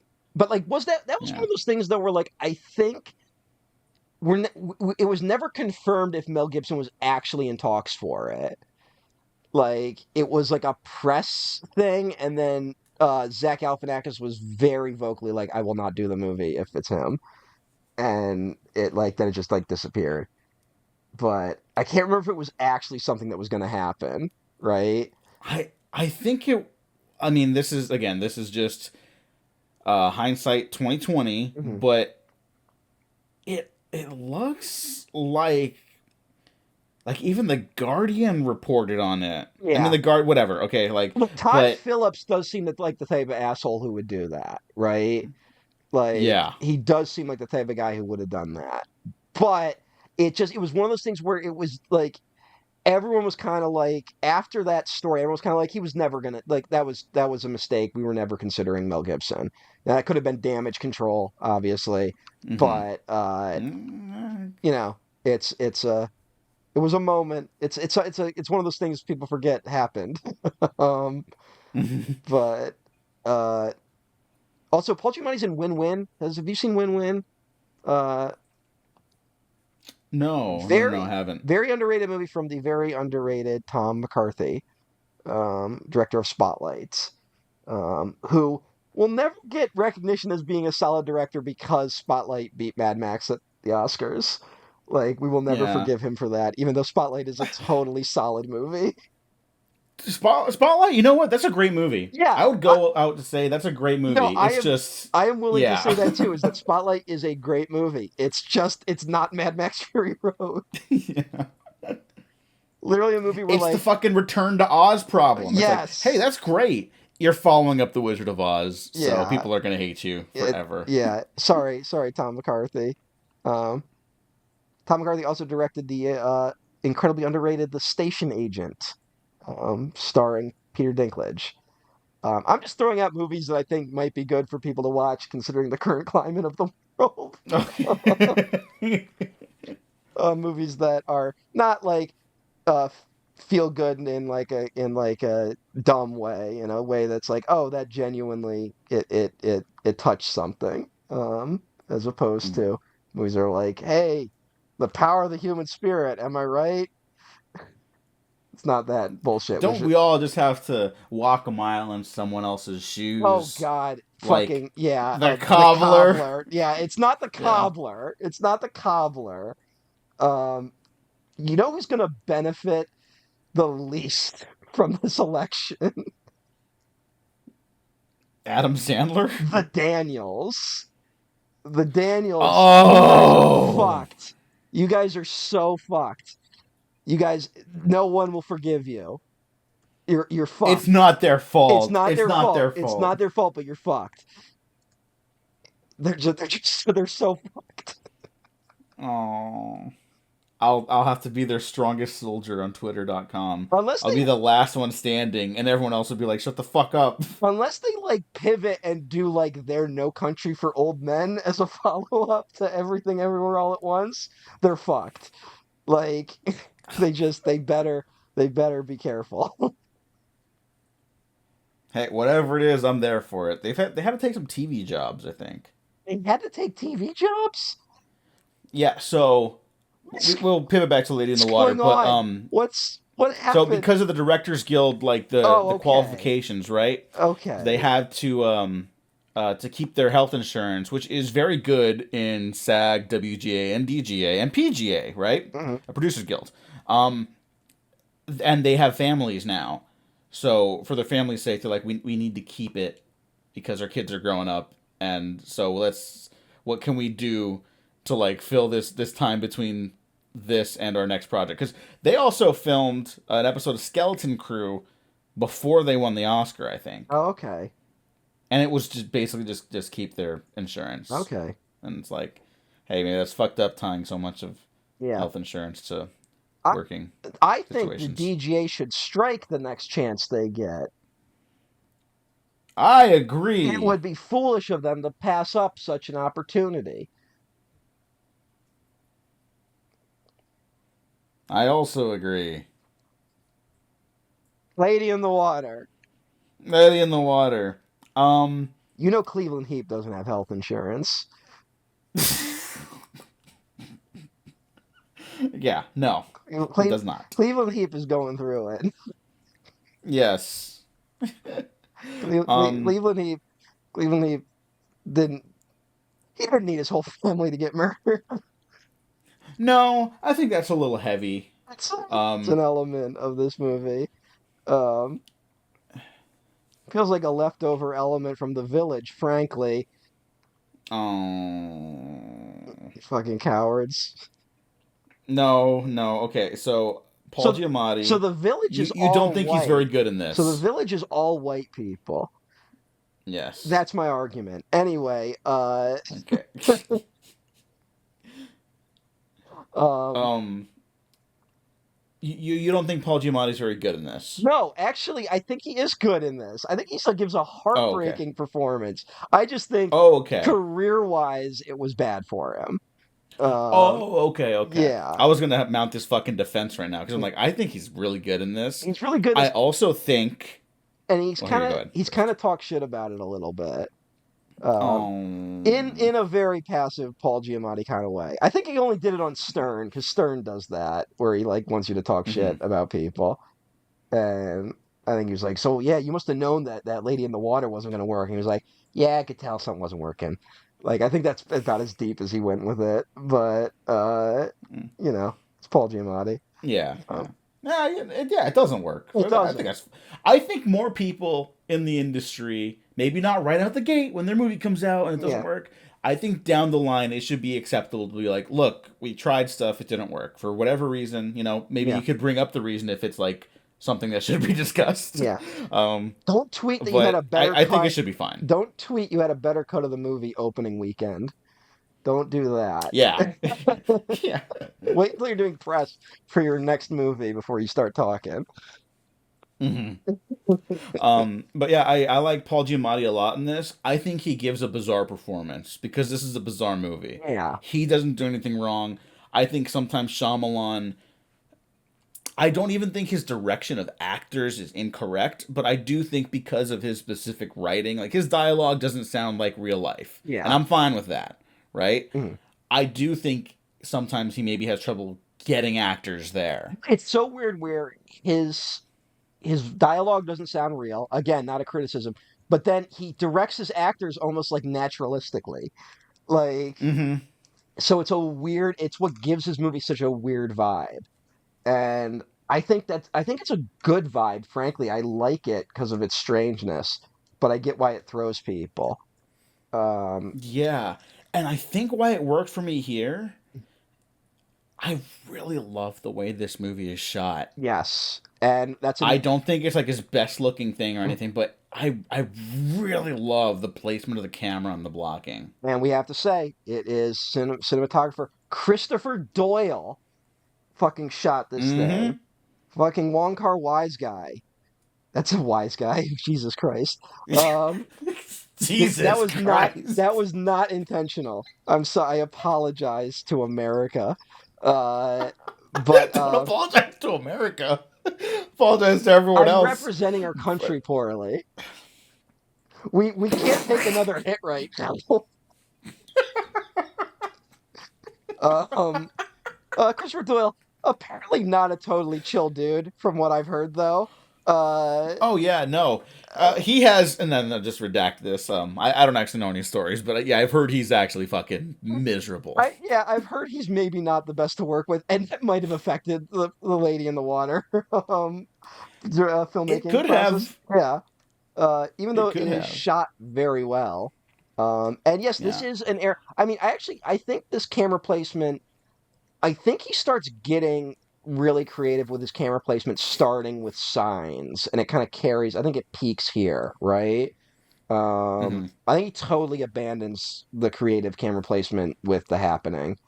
Um, is there anything of note in The Happening in terms of the camera placement? Um, there's the one scene in the I'd have to car. revisit. There's the car where they're driving and they see the hanging bodies, and the actual dialogue of that scene is really bad, but Mm. in a way that like even by M. Night's standards, it's probably like when it's John Leguizamo's death scene in it. Um, Hmm. uh, I remember that being slightly well directed. But yeah, I think he kind of abandons a certain type of directing post this movie, and maybe it was the misery of working with fucking Christopher Doyle. Um, but Yeah, but there's all these longer lenses used with like conversation stuff, and yeah, like there's always like elements in the foreground, like there's stuff like when Paul Giamatti's talking to like I think it's like the security guard or something like that, mm, with like the in the grass, yeah, and there's the grass covering it when he's talking to like Story with like with the shower curtain right next to them, and it's just like very unorthodox framing, mm, and it's so interesting, and it makes it feel like they themselves are truly part of their community's environment, yeah. Well, and which is a story about community. yeah, it frankly is a better story about community than the fucking village. But anyway, Hey, hey, hey, hey, hey. no, but like it's also subtly setting up the whole fucking environmental element of the film with the fucking I always have to look it up. This is how you know he fucked up with the naming of these creatures. She's the Narf, and the thing after her is the Scrunt. Those just sound like sex acts. Like what the goddamn it, man. I mean, I look. You could have Say called. what you will about George Lucas. Mhm. Like sometimes you just need like a sliced noodles in there or something, Yeah, you know? yeah. Well, it makes you appreciate the name Gungan. Like Yeah. that doesn't hurt in the way that saying fucking Scrunt does. Uh, but you could have just called it a wolf, man. Yeah. Like, there's really no reason for it to be called a Scrunt. Or like here, they're from the blue world, right? Yeah. That's that's the fantasy reality that's seeping. Um, maybe just like okay, there's the blue world. Maybe these things are from like the night world or something. I don't know, but Mm. something, I figure you throw night in front of something, it's gonna make it sound like Yeah. more fantastical. If he's from the blue world, the movie's called Lady in the Water. How do we get her out of here? Well, an eagle's gonna fly her into the sky.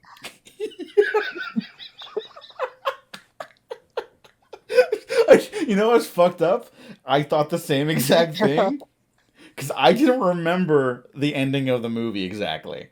I remember the eagle flying in the rain, Yeah, and then it and just I was like, okay, I ends. remember we have that, a truly amazing image of Yeah, their goodbye in the reflection of the ripples of the water, or like from beneath the water. Actually, it's yeah, not the yeah. reflection; you're shooting from beneath there, and it's just like, wow, what a fucking image. Hmm. And I'm like, oh wait, they're flying up. Yeah. She's not in the water. She's barely in the water. It's like it's Lady Near the Water. Like, It doesn't quite have the same ring to no, it. it doesn't. But it's like he picked the title before he wrote the movie. Well, she is flying up into the rain though, so Sure. it's, I mean there's water up I mean there. that could be like, Clouds are water. look, again, M. Night's doing his whole thing where it's like water's a big thematic part of my movies, which I think he just totally abandons post this. I don't think water, even I don't think water comes up again, really, even though he directs The Last Airbender. It's like he's afraid of water in that movie. But like this is like the last moment where he's like, okay, I'm done with the water shit. But there is a sort of, I mean, Oh, we talk about the camera's under the water and she flies up into the rainy sky, and this is a movie about people maybe not understanding M. Night. So it's like, yeah, she's technically in the water. You guys weren't thinking about my movies correctly. Like you guys are under the water. Like you gotta look at my movies from a different point of view. And then we're like, we're not gonna do that for 10 more years. hmm. And look, as much of a fan as I am of him, and I love his work for the most part, like let's say he took that argument, right? And I do think part of that is him making that argument through his filmmaking. He's still the one who put the camera under the water though. Yeah. So people only have like a certain like access point Mhm. to that story that Yeah. way. It just Now, it's that is not an actual criticism. It's just something I'm thinking about now because of that. I actually think the filmmaking for that sequence is quite good no, despite us just laughing about it.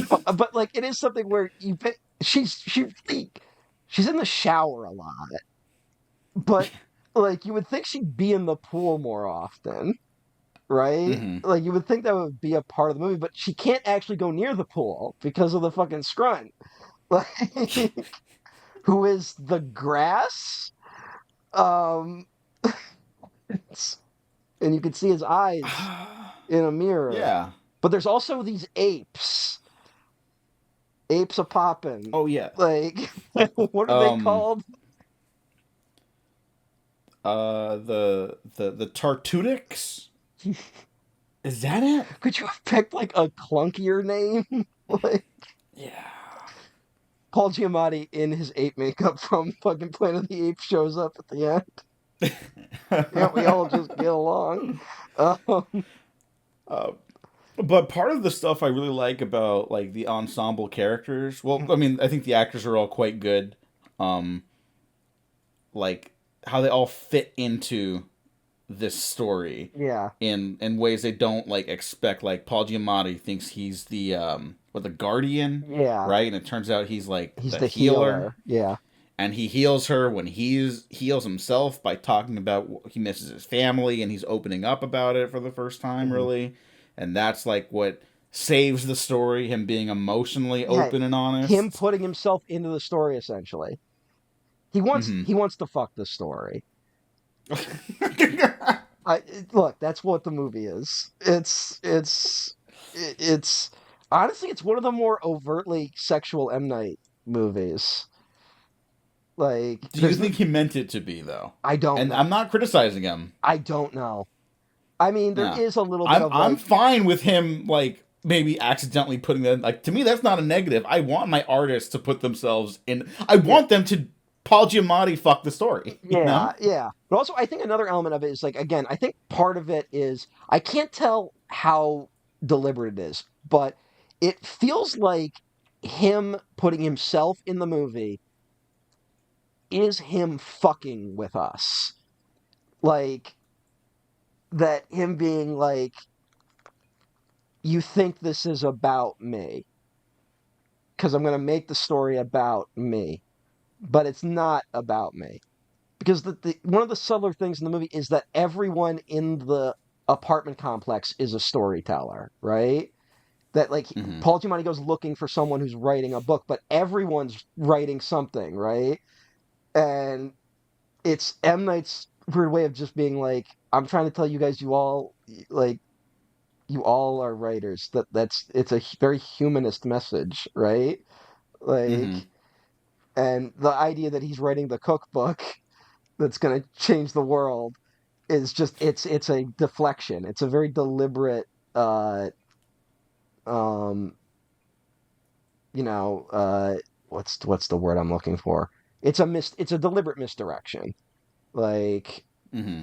although like fucking, is there a more ominous title than The Cookbook? Like, does this book teach kids how No. to make a bomb? Like, is that what this book is? It makes me think of that Twilight Zone episode, To Serve Man. Yeah, a little That's what it bit. makes me think of. It. I just go to Anarchist Cookbook, like, and Okay.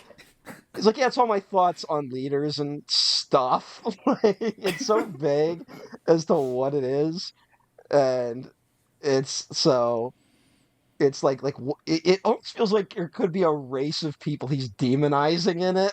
Like, it really does. It's like, yeah, that's a very ominous title for a political book. Uh, but it's like it's a thing of like it takes everyone really coming together to save the day at the end. Like they were wrong about everyone's roles, but they still played a part, right? Hmm. Uh, so I think that's part of what he's going for here, um, with mixed results. Again, like I say, the thing with like there's something to the film critic that I think there's a little bit deeper going on, but then there's very overtly like fuck this guy, he should die. Like, Yeah, he tries to have his cake and eat it too with mhm, that character. yeah, And it's like, I liked the cake. You didn't have to eat it in front of yeah. me. Like, the cake was good. Also, The cake was good. I kind of feel bad for the critic, like when it's his party, but like it's not. Like it's mean. Shouldn't have done that to Yeah. him. Like it's very clear like Yeah. the critic needs some help. He's like he says at the start it's actually been a while since he's done some writing. It's very clear he's hit on hard times, that like he maybe was a respected critic but isn't anymore. And then it's like, yeah, he gets hmm violently killed by the scrunt. Yeah. Shyamalan spoke about it a little bit in that character, the critic, he is the one character who's not looking for a story, and Mm. everyone else is figuring out their place in it, and that's why he dies. And I'm like, that's great, complete understandable through line. The killing of that character, I think, I'm totally fine with critics dying in movies and stuff like that. I Yeah. think you and I both agree, like Godzilla '98 should have had I, Godzilla fucking that's the funny thing. stomping on the It mayor and the Yeah, mayor's assistant. yeah, it's like Ebert and Siskel and Ebert wanted that is the best part of it. That's like, Yeah. I mean, I'd want it Um. too. Like, yeah, it's a thing of like if you're gonna fucking hate fuck some people, go all the way. Like, Yeah. it's Yeah. Don't half-ass it. But this one just feels like cruel and not to a point that benefits the movie. yeah, You know. yeah. And that scene is just weird when he dies. Yeah. Like, it's a thing Yeah. of like it's that thing. It's the Birdman problem of just like, fine, evil critic, but you should at least understand where critics are coming from, right? hmm Even if you don't like them. Yeah. And And I don't need like elaborate backstories for them or anything, because cinema is like a language of shorthand, yeah, basically, right? And but you can still fill in the gaps, and you got to have something there. It's just it's very obvious that he was yeah. laughing out at critics to an extent, which is whatever. I don't care about that necessarily. Again, it just shortchanges his own narrative. Who's the best critic in film? Like a depiction of an evil critic. um, Is it Anton it's Ego?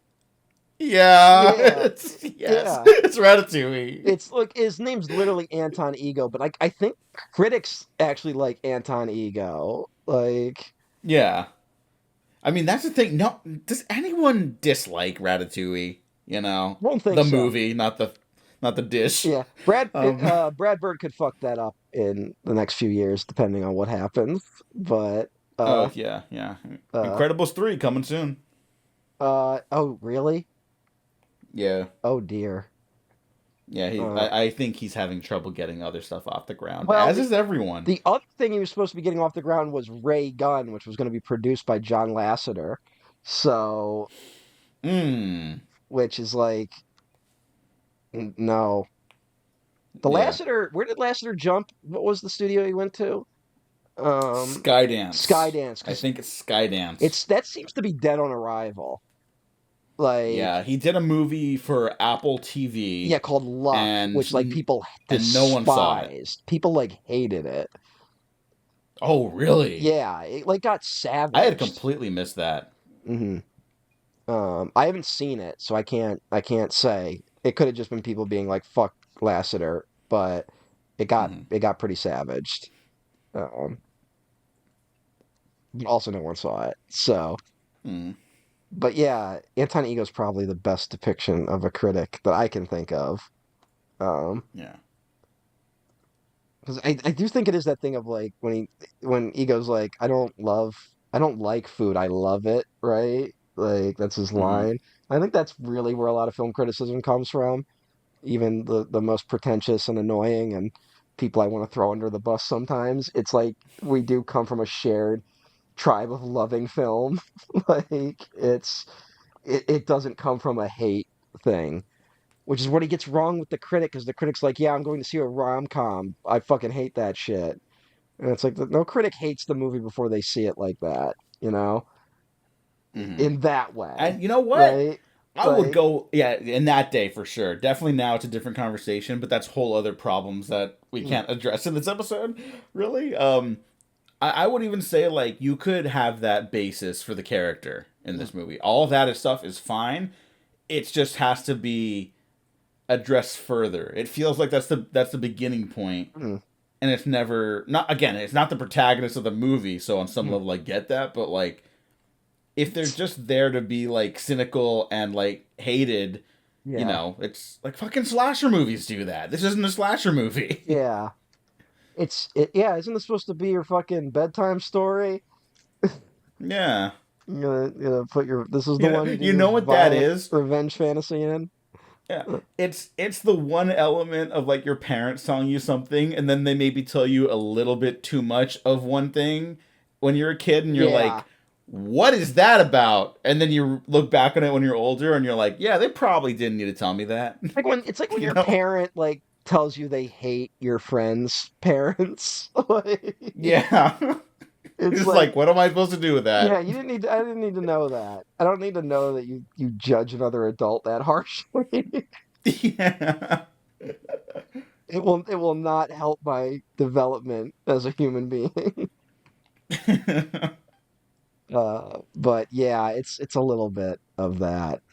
Um, but also this is a problem I think M. Night was also dealing with at this time, where he gives he was he we can talk about the like not talking like human beings thing, but he was struggling with characters at a certain point because he would kind of just give them quirks and then not build off those quirks very well. Um, Hmm. I think that is kind of a problem with Signs. I think there's a couple elements of Signs that have that problem. Like, Merrill likes whole thing with like swing away, right? Like where he's like, oh, he played baseball, he Hmm. swung a baseball a lot. But we don't totally unpack his whole like he couldn't not try to hit a home run every time he went up the bat, right? Like Hmm. we don't totally unpack that in Signs. Do we need to? I don't know. But it is interesting that it is brought up, and then it's more just so he can beat the shit out of an alien in the end. Um, and I've also always said I would not have needed the memory of my wife dying to be like, hey, try hitting it with the bat. Yeah, I I could have intuited that a little sure. quicker.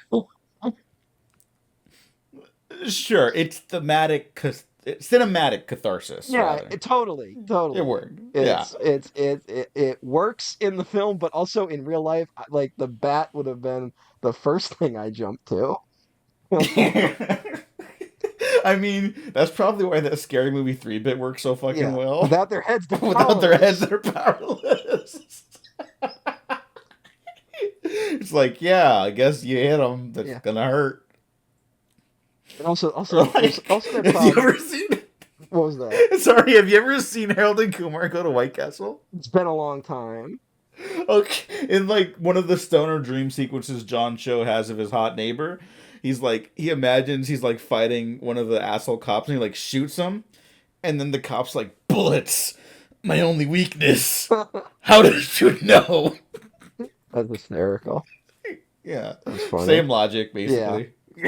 Um, what was I was gonna say something. Now I can't I'm remember. so sorry. Fuck it. Fuck it. Who cares? But yeah, it's. Oh, I was gonna bring up like the other thing. Like this is where I think we start getting in nostalgia criticism territory, where it's like Signs is a movie that doesn't work if you think about it for more than 2 seconds, which is not a bad thing. There's a lot of movies that fall apart that way, but it is like, oh, water's their weakness, and they invaded a planet where there's water in the air.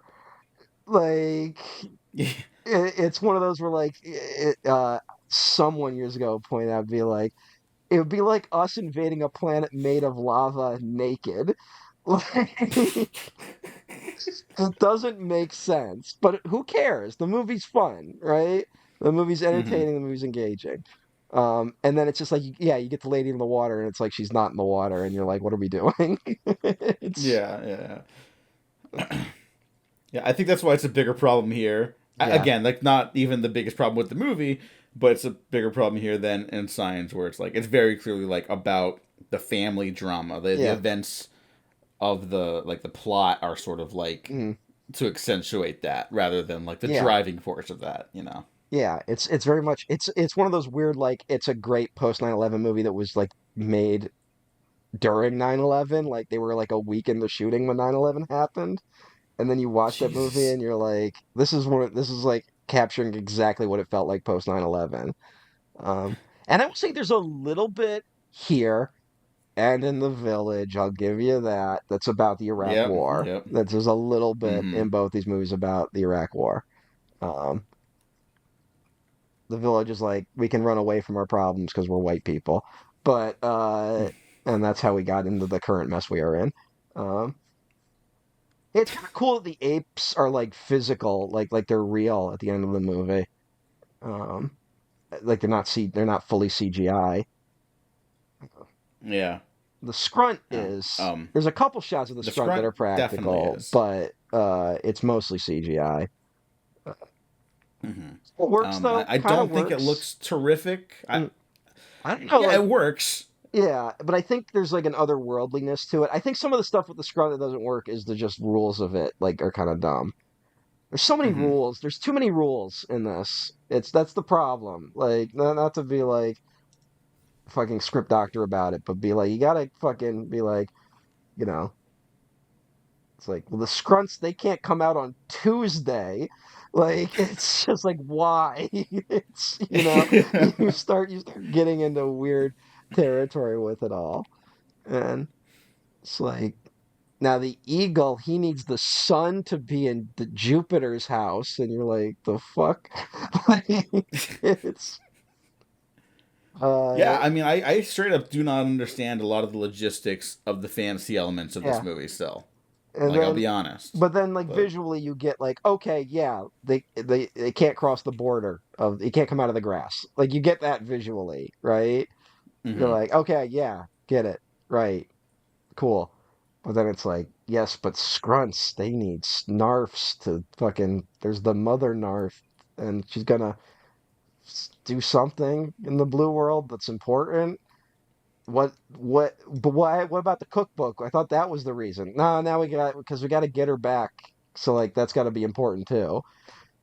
It's the Yeah, I story. think the Narfs, in the opening, it says, like, the Narfs, well, not Narfs specifically, but, like, these beings from the blue world are supposed to remind humanity of, like, what they're capable of or something. I'm sorry, I should rewatch that opening before this, but, it's like, You could rewatch it 7 times and probably still be confused. No offense to the okay. play. There's I mean, it's yeah, it's yeah, a little bit. it's a lot and it's too much. Um, There is also another interview where Shyamalan's talking about like the Narfs, and someone says like, oh, they're not quite mermaids, and he's like, nah, mermaids are played out or something like that, and it's just like it was 2006. What other mermaid? There's the Little Mermaid. What other mermaids were there? Yeah, I you don't remember know if the they were big played you out. remember the big mermaid backlash in Yeah. 2006.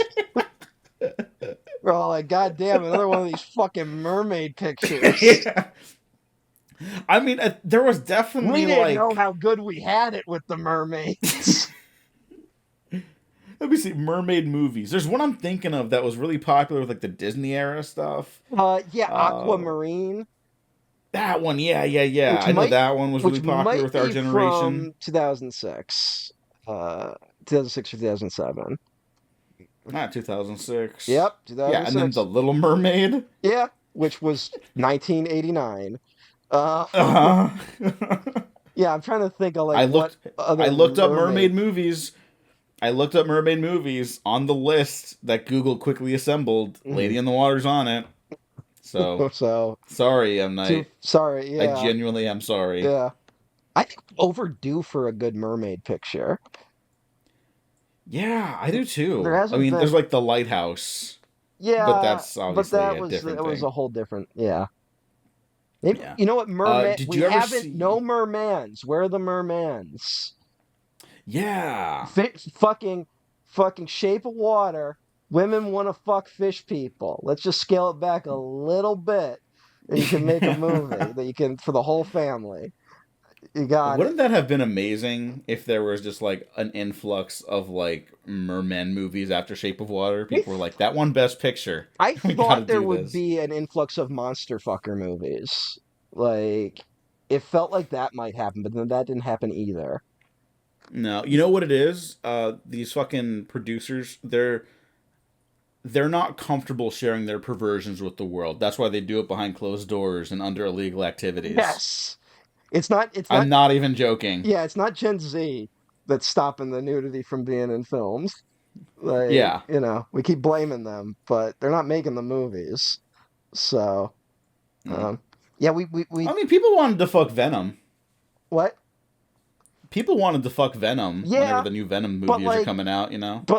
the movies never fully went there with it, you know? No, Venom 2. Venom 2 gets close. Venom 2 gets close. He literally goes to a pride parade in that, right?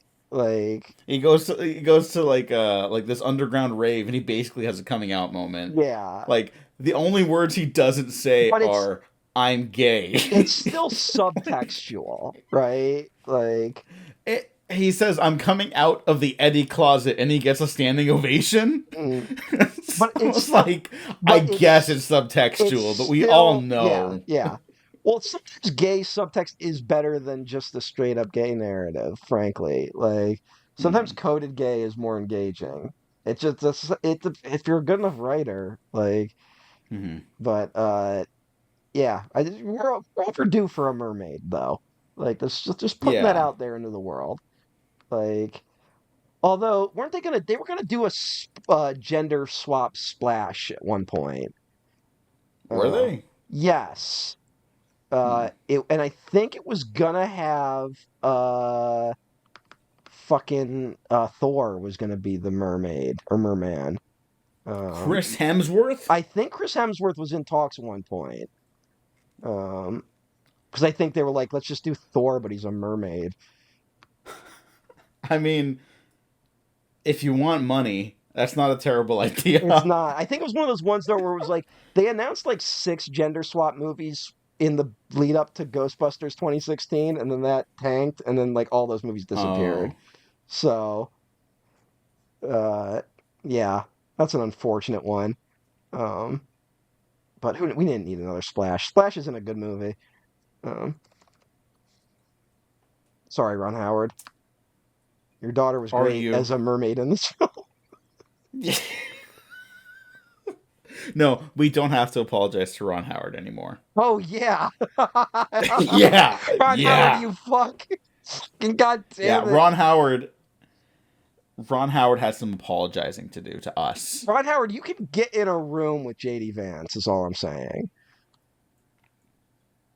and turn him into a mermaid. Yes, that's all I'm saying. You can Jim Carrey's The Grinch. I don't know. I was trying to build to something. Yeah, that wasn't great, but that's okay.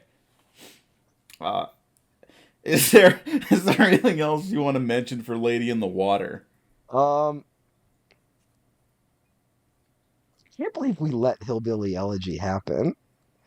Yeah, I know that might have just ended the episode for It us. is wow. That is one of those where like, are we gonna be looking at Hillbilly Elegy as like fucking uh like Triumph of the Will? Like, Yes. Yeah. No, because it's a perfect representation of the banality of like liberal evil. yeah. Well, That it's we're just okay with that. the stupidity of liberal evil, like that. Like we totally just like you played yourself. Like Yeah. that's what that Also, is. what the fuck is up with Glenn Close? What is happening to her?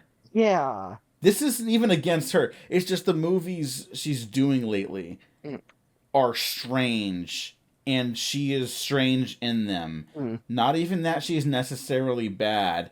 I just have so many questions, I think and I'm starting to get a little concerned for her. I think uh Glenn Close was someone who was constantly in talks about winning an Oscar, and then it just hasn't happened, and we're at a point where it probably won't happen, right?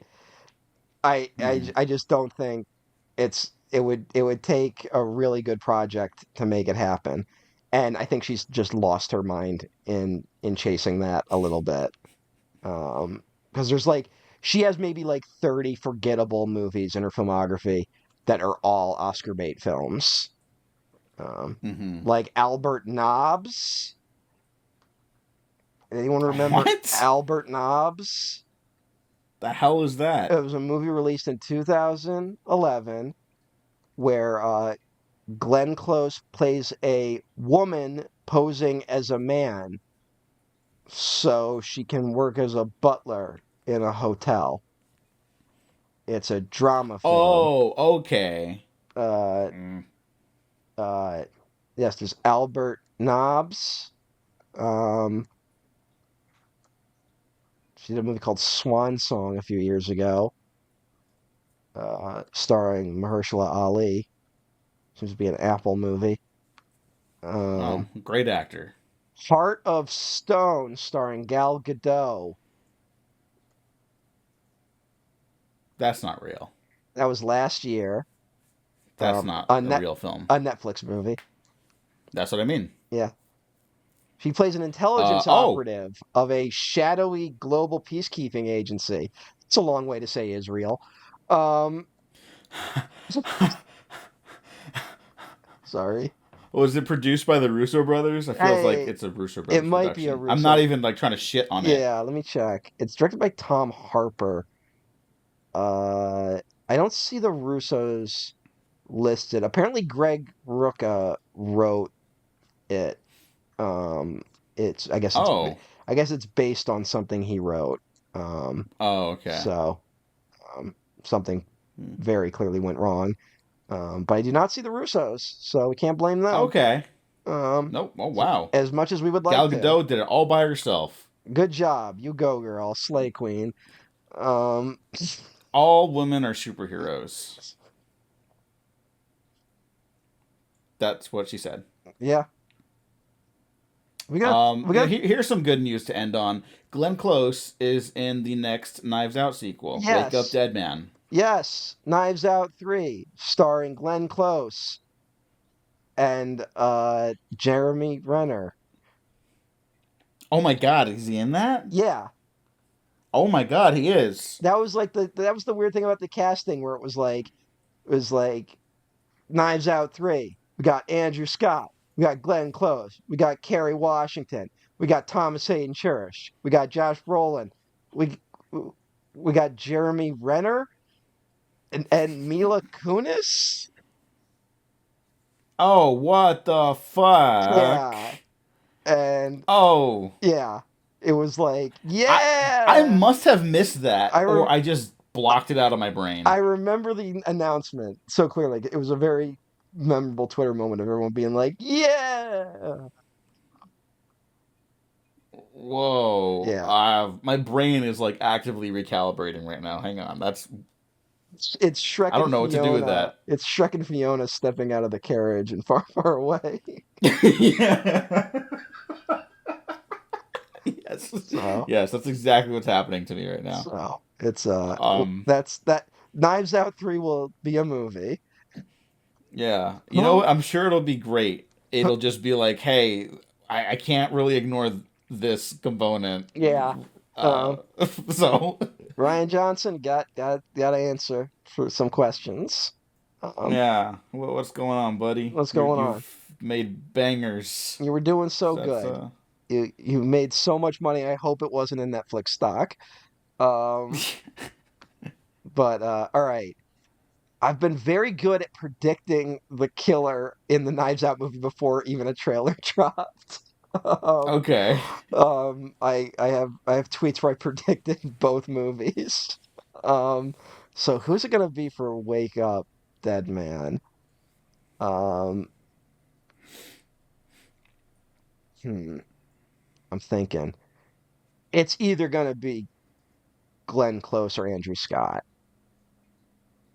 I feel like Andrew Scott's too Andrew obvious. Scott's too obvious, but so was fucking Edward Norton.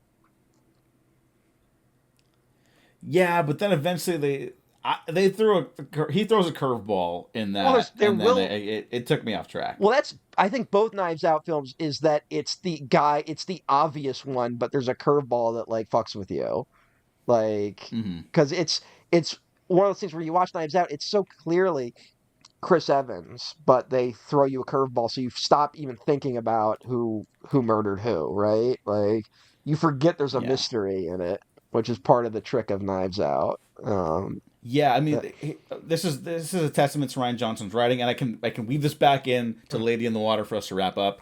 Is that Ryan Johnson's writing is so good and efficient with like setup, payoff, reversal, further payoff. You know, yeah. whereas like, oh, it's good. We have the antidote for when the old man's poisoned. Oh, we can't really find it, so that's bad. Okay, he's. Oh no, we're calling an ambulance. Okay, but that's bad because she's an undocumented immigrant. Oh no. Well, okay, don't worry. I'll kill myself. That's bad. Oh no, but then she'll be safe. Oh no, but that's bad because she's at the scene of the crime. Now she has to vindicate her. Like it's like so constantly Yeah. that you then forget. Oh yeah, this was pitched as a murder mystery. The murder has to happen. So. I mean, So you know, Ryan Johnson's kind of the polar opposite of M. Night. Like, not in a bad way. Like, it's just those are like the yeah, yeah. two different spirits of filmmaking, essentially. You Mm. know? And Um, I think sometimes I think people have a genuine hang up, and I can even understand it. Where what I just kind of tried to break down about Ryan Johnson's writing, where you don't realize he's sequencing the movie because it's so efficient mhm. and like It's the type of thing. effortlessly leading into itself, you know? Where Shyamalan is like, here's this sequence, and then therefore this sequence happens. You feel the therefore, and it fits, but you're also like, okay, we're like, it almost feels episodic at times. Yeah. I think that I felt that a little bit with Trap earlier this year, although I loved Trap. I don't care. But I'm also Um, starting to think I like that type of writing more. Like, I think I like episodic writing in mhm. movies. I don't, I'm like, I'm at this point where I'm like, fuck the three act structure. Like, don't do that. I kind of just rewatched Seven Samurai, and it's amazing how much that movie is just sequences of like little short Mhm. adventures, right? Of just small events happening that culminate in big events, right? And Yeah. and I'm like there's if you tried to if you tried to break that down into film theory, you wouldn't be able to recreate it, right? Um, Hmm. now I'm not that I don't want that to come from a place of like anti-intellectualism. Just I think it's script is not always king, I guess, is Hmm. what I'm saying. But I think a lot of people realize that. Now, how much is The Last Jedi responsible for the election? Oh, because it's that thing where it's like, yeah, that was great, and it broke people's brains who Yeah. comprehend that it wasn't servicing them, Yeah. and now they're angry whenever something doesn't service them specifically. Yeah, like they needed to end democracy to feel better. Yeah, I would say it's about at least 15% guilty of Okay, that. Ryan, we gotta talk. Like, look, No, you no, want? but that's not his fault. No, I'm it's just not saying, his if you, fault, but he has to do something about it, and he's got that Netflix money. So, just saying, you might owe the world something. Um, but whatever. Wake up, yeah, dead man. looking forward to it. Um, Alright. I'm Yeah, also looking forward to Shyamalan's next, whatever it is, because you'd never know with him you at don't. this point. How'd Trap do? I think it kind of underperformed, but it Yeah, didn't it did. bomb. Uh, Made 82 million on a $30 million budget. That's a healthy amount. Um, Yeah, in a but year in of modern era, that's underperforming. no, but in a year of Joker 2, that's a hit. You know what? Yeah, There's been a yeah, lot that's of true. bombs this year, so Hmm. um, yeah, it's I think it did all right. I don't think he's hurt from it. But we'll see what he does next. I'm looking forward to it, obviously. Um, Yeah, and and hey, we technically have him to thank for Oppenheimer, oh, the really? movie, not the man. What happened? Yeah. We wouldn't want him. Um, We wouldn't want that. I mean, did the Narfs inspire humanity to make the bomb? we're not even unpacking what any of that could mean. Um, no, he's the guy who allegedly convinced Nolan to go to Universal because they're like the last bastion of filmmaker friendly studio making. Okay. Like, if M Night showed up and be like, "Dude, they're giving me money." Like, can you fucking believe it? You're Christopher Nolan, motherfucker. Like, I'm gonna be the director of fucking Lady in the Water forever, and they gave me money. Yeah.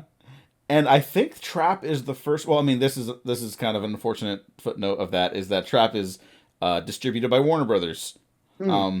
So and he's got a new first look deal there. So what the fuck do I know Hey, about any of this? hey, but you know what? Um, Like I said, like fucking Warner Bros. Had a bad year this year, so mhm. Trap is maybe one where they're looking, being like, I mean, it's okay. Like, uh, and as we noted in the last Airbender episode, Shyamalan did have to fund his own movies to come back. He mm, put all the money down for The Visit. mm, He paid for Split. Glass a little heftier, but I think he did like something where it's like he paid for the production and someone else paid for distribution, and yeah. I think that's like his jam now. And Mm. so whenever people kind of like brush up against him, like, oh, he put his daughter in Trap, is the whole movie just promotion for her music? Even if it was, he has to fund it himself, so I Yeah, don't care. yeah. Let him do that. I don't give a fuck about any of that. Like, Yeah, I've seen the stuff you people fucking cheer for. Like calm down. If a guy wants to like make movies for him and his family, and they happen to play for large crowds, I don't know. That's the power of movies. Whatever. yeah. I like them. Mm. This is gonna be a weird poll, but like, because I think people hate this movie for good reasons. But what's the movie Kevin Smith made with his daughter? Um, Yoga hosers. Yoga Hosers. Um, Yes. Bad movie. Mm-hmm. But I remember an interview with Kevin Smith around that time.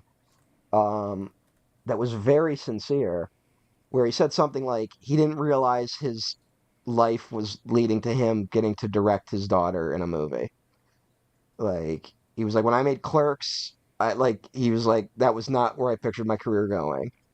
And he's like, to realize that I'm now in this position to like work with my daughter on a movie, he's like, that's worth it more than anything else. And I was like, Wow. that's oddly sincere, Kevin Smith. And Yeah. so it is something where when uh when M. Night does that with his daughter and is now like promoting, like his daughter just directed a movie, wasn't received very well, but whatever. Um, I'm like, yeah, I'd probably do the same thing. Like, you know, Hmm. it's I'd rather see that. I hope it's his children wanting to do it though, and not like Will Smith After Earth situation with Oh uh yeah, yeah, yeah, with yeah. with Jade, or frankly a Jim Henson situation, but Yeah. where it's like, oh, you want to know your father? Well, you're gonna have to do what he does. Like, learn how to puppet some Muppets, you fuck. Like, Yeah, yeah. I do hope it is sincere, because at least through the screen it feels sincere. And for right now, as just an audience member of his films, mhm, that's enough. yeah. You know, Is Jade Smith done? that's the. Is he like not acting anymore? Like, did he just go like, yeah, I should stop? Wait, say that again. Is Jaden Smith done? Like, I don't know. Probably, maybe.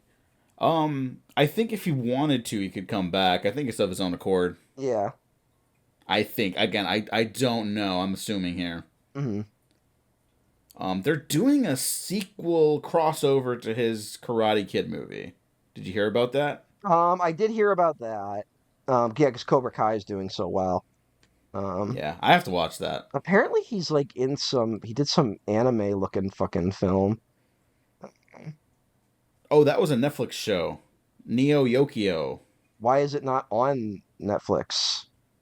Is it not? It doesn't look well according to Letterbox, but Letterbox could be wrong. Um, No, no, it was on Netflix. It's like a 6 episode show. I think it got canceled. okay, well, too bad. Um, Yeah. but um, people seem to like it. It's got 5 stars from Oh, okay. from the top reviews, but also it could be just like the only people that care about it would do that. Um, Yeah. but he was well, he did that Baz Luhrmann thing, right? Was he in that? Oh yeah, yeah. The Get Down. Yeah, like Really, really underrated yeah, it show. was like really good, and then it was like we're not doing another season. Like Yeah. it was an early Netflix fuck you, like uh, Yeah. so That was a shame. big shame. And now like they've fucked them. Like now everyone just expects that of TV shows. Unfortunately, I can't tell you how many normie people are like, I can't get into TV shows now because like it's either gonna be 2 years between seasons or they're gonna cancel it. They're like, so like I can't get in that like if it's gonna end on a cliffhanger, right? Which a lot of these seasons Yeah. do. So because everyone wants to be fucking Breaking Bad, but Well, you know what? That's why I say God bless the Bear and Abbott Elementary. yep. Every year they got a new season, and especially Abbott Elementary, Mhm. which is getting like 20 episode season orders. Like the only time they had like themselves like shortcut was during the strikes last year, Mhm. and they had a full season order, but they obviously couldn't complete it, so Yeah. you know, they just give it to them this season. Yeah, and it's been a hit. So what the fuck are you doing, Hollywood? Yeah, they should just do that more. Yeah. There's other stuff on Prime Time, but those are like they don't have the cultural cast old TV used to. Mhm. So, you know, try stuff. People should try stuff more. It seems to be worth it, even when it doesn't work out. Are Because they maybe you find something else along the way. are they really going to cross over with Always Sunny? Yes. That's amazing. I can't wait. Right? That's genuinely a stroke of genius. Yeah. They both take place in I Philadelphia. mean, yeah, yeah. So, um, wow, that'll be something. Uh huh. I don't know if they're going to each other's shows. I Uh, think they're just going to Abbott, but I'm not sure, I and I think I kind think of so too. Because well, don't want Always to know yet. Sunny is like weird. Where like they're very intermediate like with their seasons right now. Like they Hmm. yeah, there was a 2 year gap between. There's been 2 year gaps between the last few seasons of Always Sunny, and they've only done 8 episodes. Um, so like yeah, so if they're gonna do it, it's no wait. It looks like No, okay. It is gonna cross yeah, I over. just saw it too. Okay, Yep. okay. Wow. I don't know how I look, I that's all. That's a lot. It's one thing for them to Like at appear, first, but to like have the crossover go between both shows, that's gonna be fucking wild. So, um, I was like, "Oh my god, that's hilarious!" Like, these characters are gonna be in a classroom environment where they have to behave themselves. That's hilarious. And when I found out they're going to the bar, I'm like concerned now. I'm like, "Oh no!" Like you that shouldn't understand? happen. Look, Rickety Cricket's coming back. Look at what they did to his life. Now, imagine what they could do to a public school.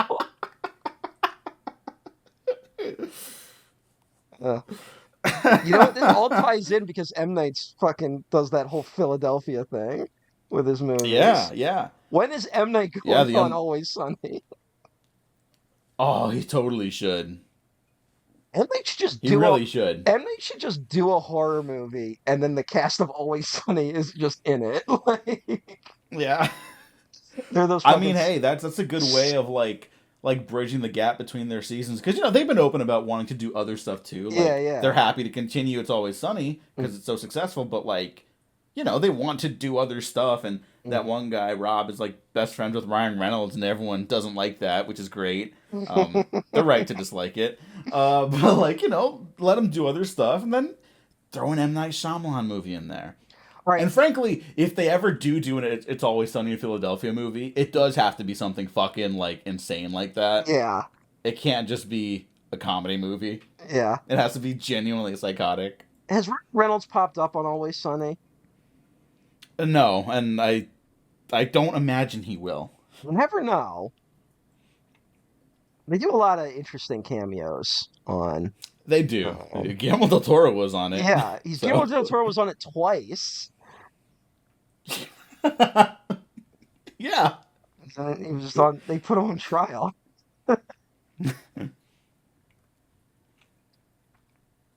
Happy McPoyle. And yeah. And that's why Charlie Day is in Pacific Rim. Yes. That's not really a joke. But Hey, what are you gonna do? yeah. I mean, cancel culture is so strong. That's why they only did 17 seasons of It's Always Sunny in Philadelphia. If the woke mind virus hadn't affected people so much, there would have been an 18th season. People just couldn't handle it. On that note, Matt, thanks for joining me. Yes. Where And can people find you now? I'm only going to ask you instead of like referring to the description because we're going to start popping up in other places instead Blue of our usual Sky. places. Blue Sky. Yeah. I'm on Blue Sky. I'm trying to post less, although I've been having actual fun posting on Blue Sky, which I can't remember the last time I've had fun posting on a social media website. So there's that angle to it. And I want everyone to know that things are bad, but and I don't want to come across like I'm downplaying any of the bad stuff. But I've seen uh, an inner strength in communities in recent weeks that I believe is worth fighting for and will get us through this horrible nightmare. And I think we needed to be really shaken from the dream that the transition out of neoliberalism would be clean and smooth. Um, I think we were all in somewhat denial about that. Um, and I think that now that we know it won't work that way, I think that will be easier for us going forward, despite everything. Um, so I'm ready to work with everyone to get through it. And if all you can do is survive, survive. So that's all. Uh, I just felt like ending on that note. That's a great note to end on. I'm not even going to follow that up. So thank you everyone for listening. Thank you for watching. Matt, thank you for joining me. It's always a pleasure to talk to you. It's been a pleasure knowing you and being your friend throughout these many, many years. And I look forward to continuing to be your friend until we have a massive disagreement over a movie that probably no one else thinks about. Yeah, it could And happen. yeah, thank you for that kind message to end on. And seriously, people, look into like joining community groups and Yeah, community seeing what you can groups. do to Yeah, check in on people. genuinely, look, it's local community service will do more than anything in the next few years. Um, it's genuine. It's not bullshit. It's not just, donating to a fucking campaign that betrays you. Um, it's you can feel actual substantive change, and I would recommend doing it. And it's not just to make you feel good. It just because it genuinely helps people. So I believe in us. Does that make And me I a do too. does that make me a narf? Maybe. I think that is the point of the movie. And again, that's an emphasis on I think. Hmm. Wait a We have minute. been Wait a professionally minute. unprofessional. Didn't M. Night get shot for his beliefs or something? Oh no. Goodbye. Wait, who's that?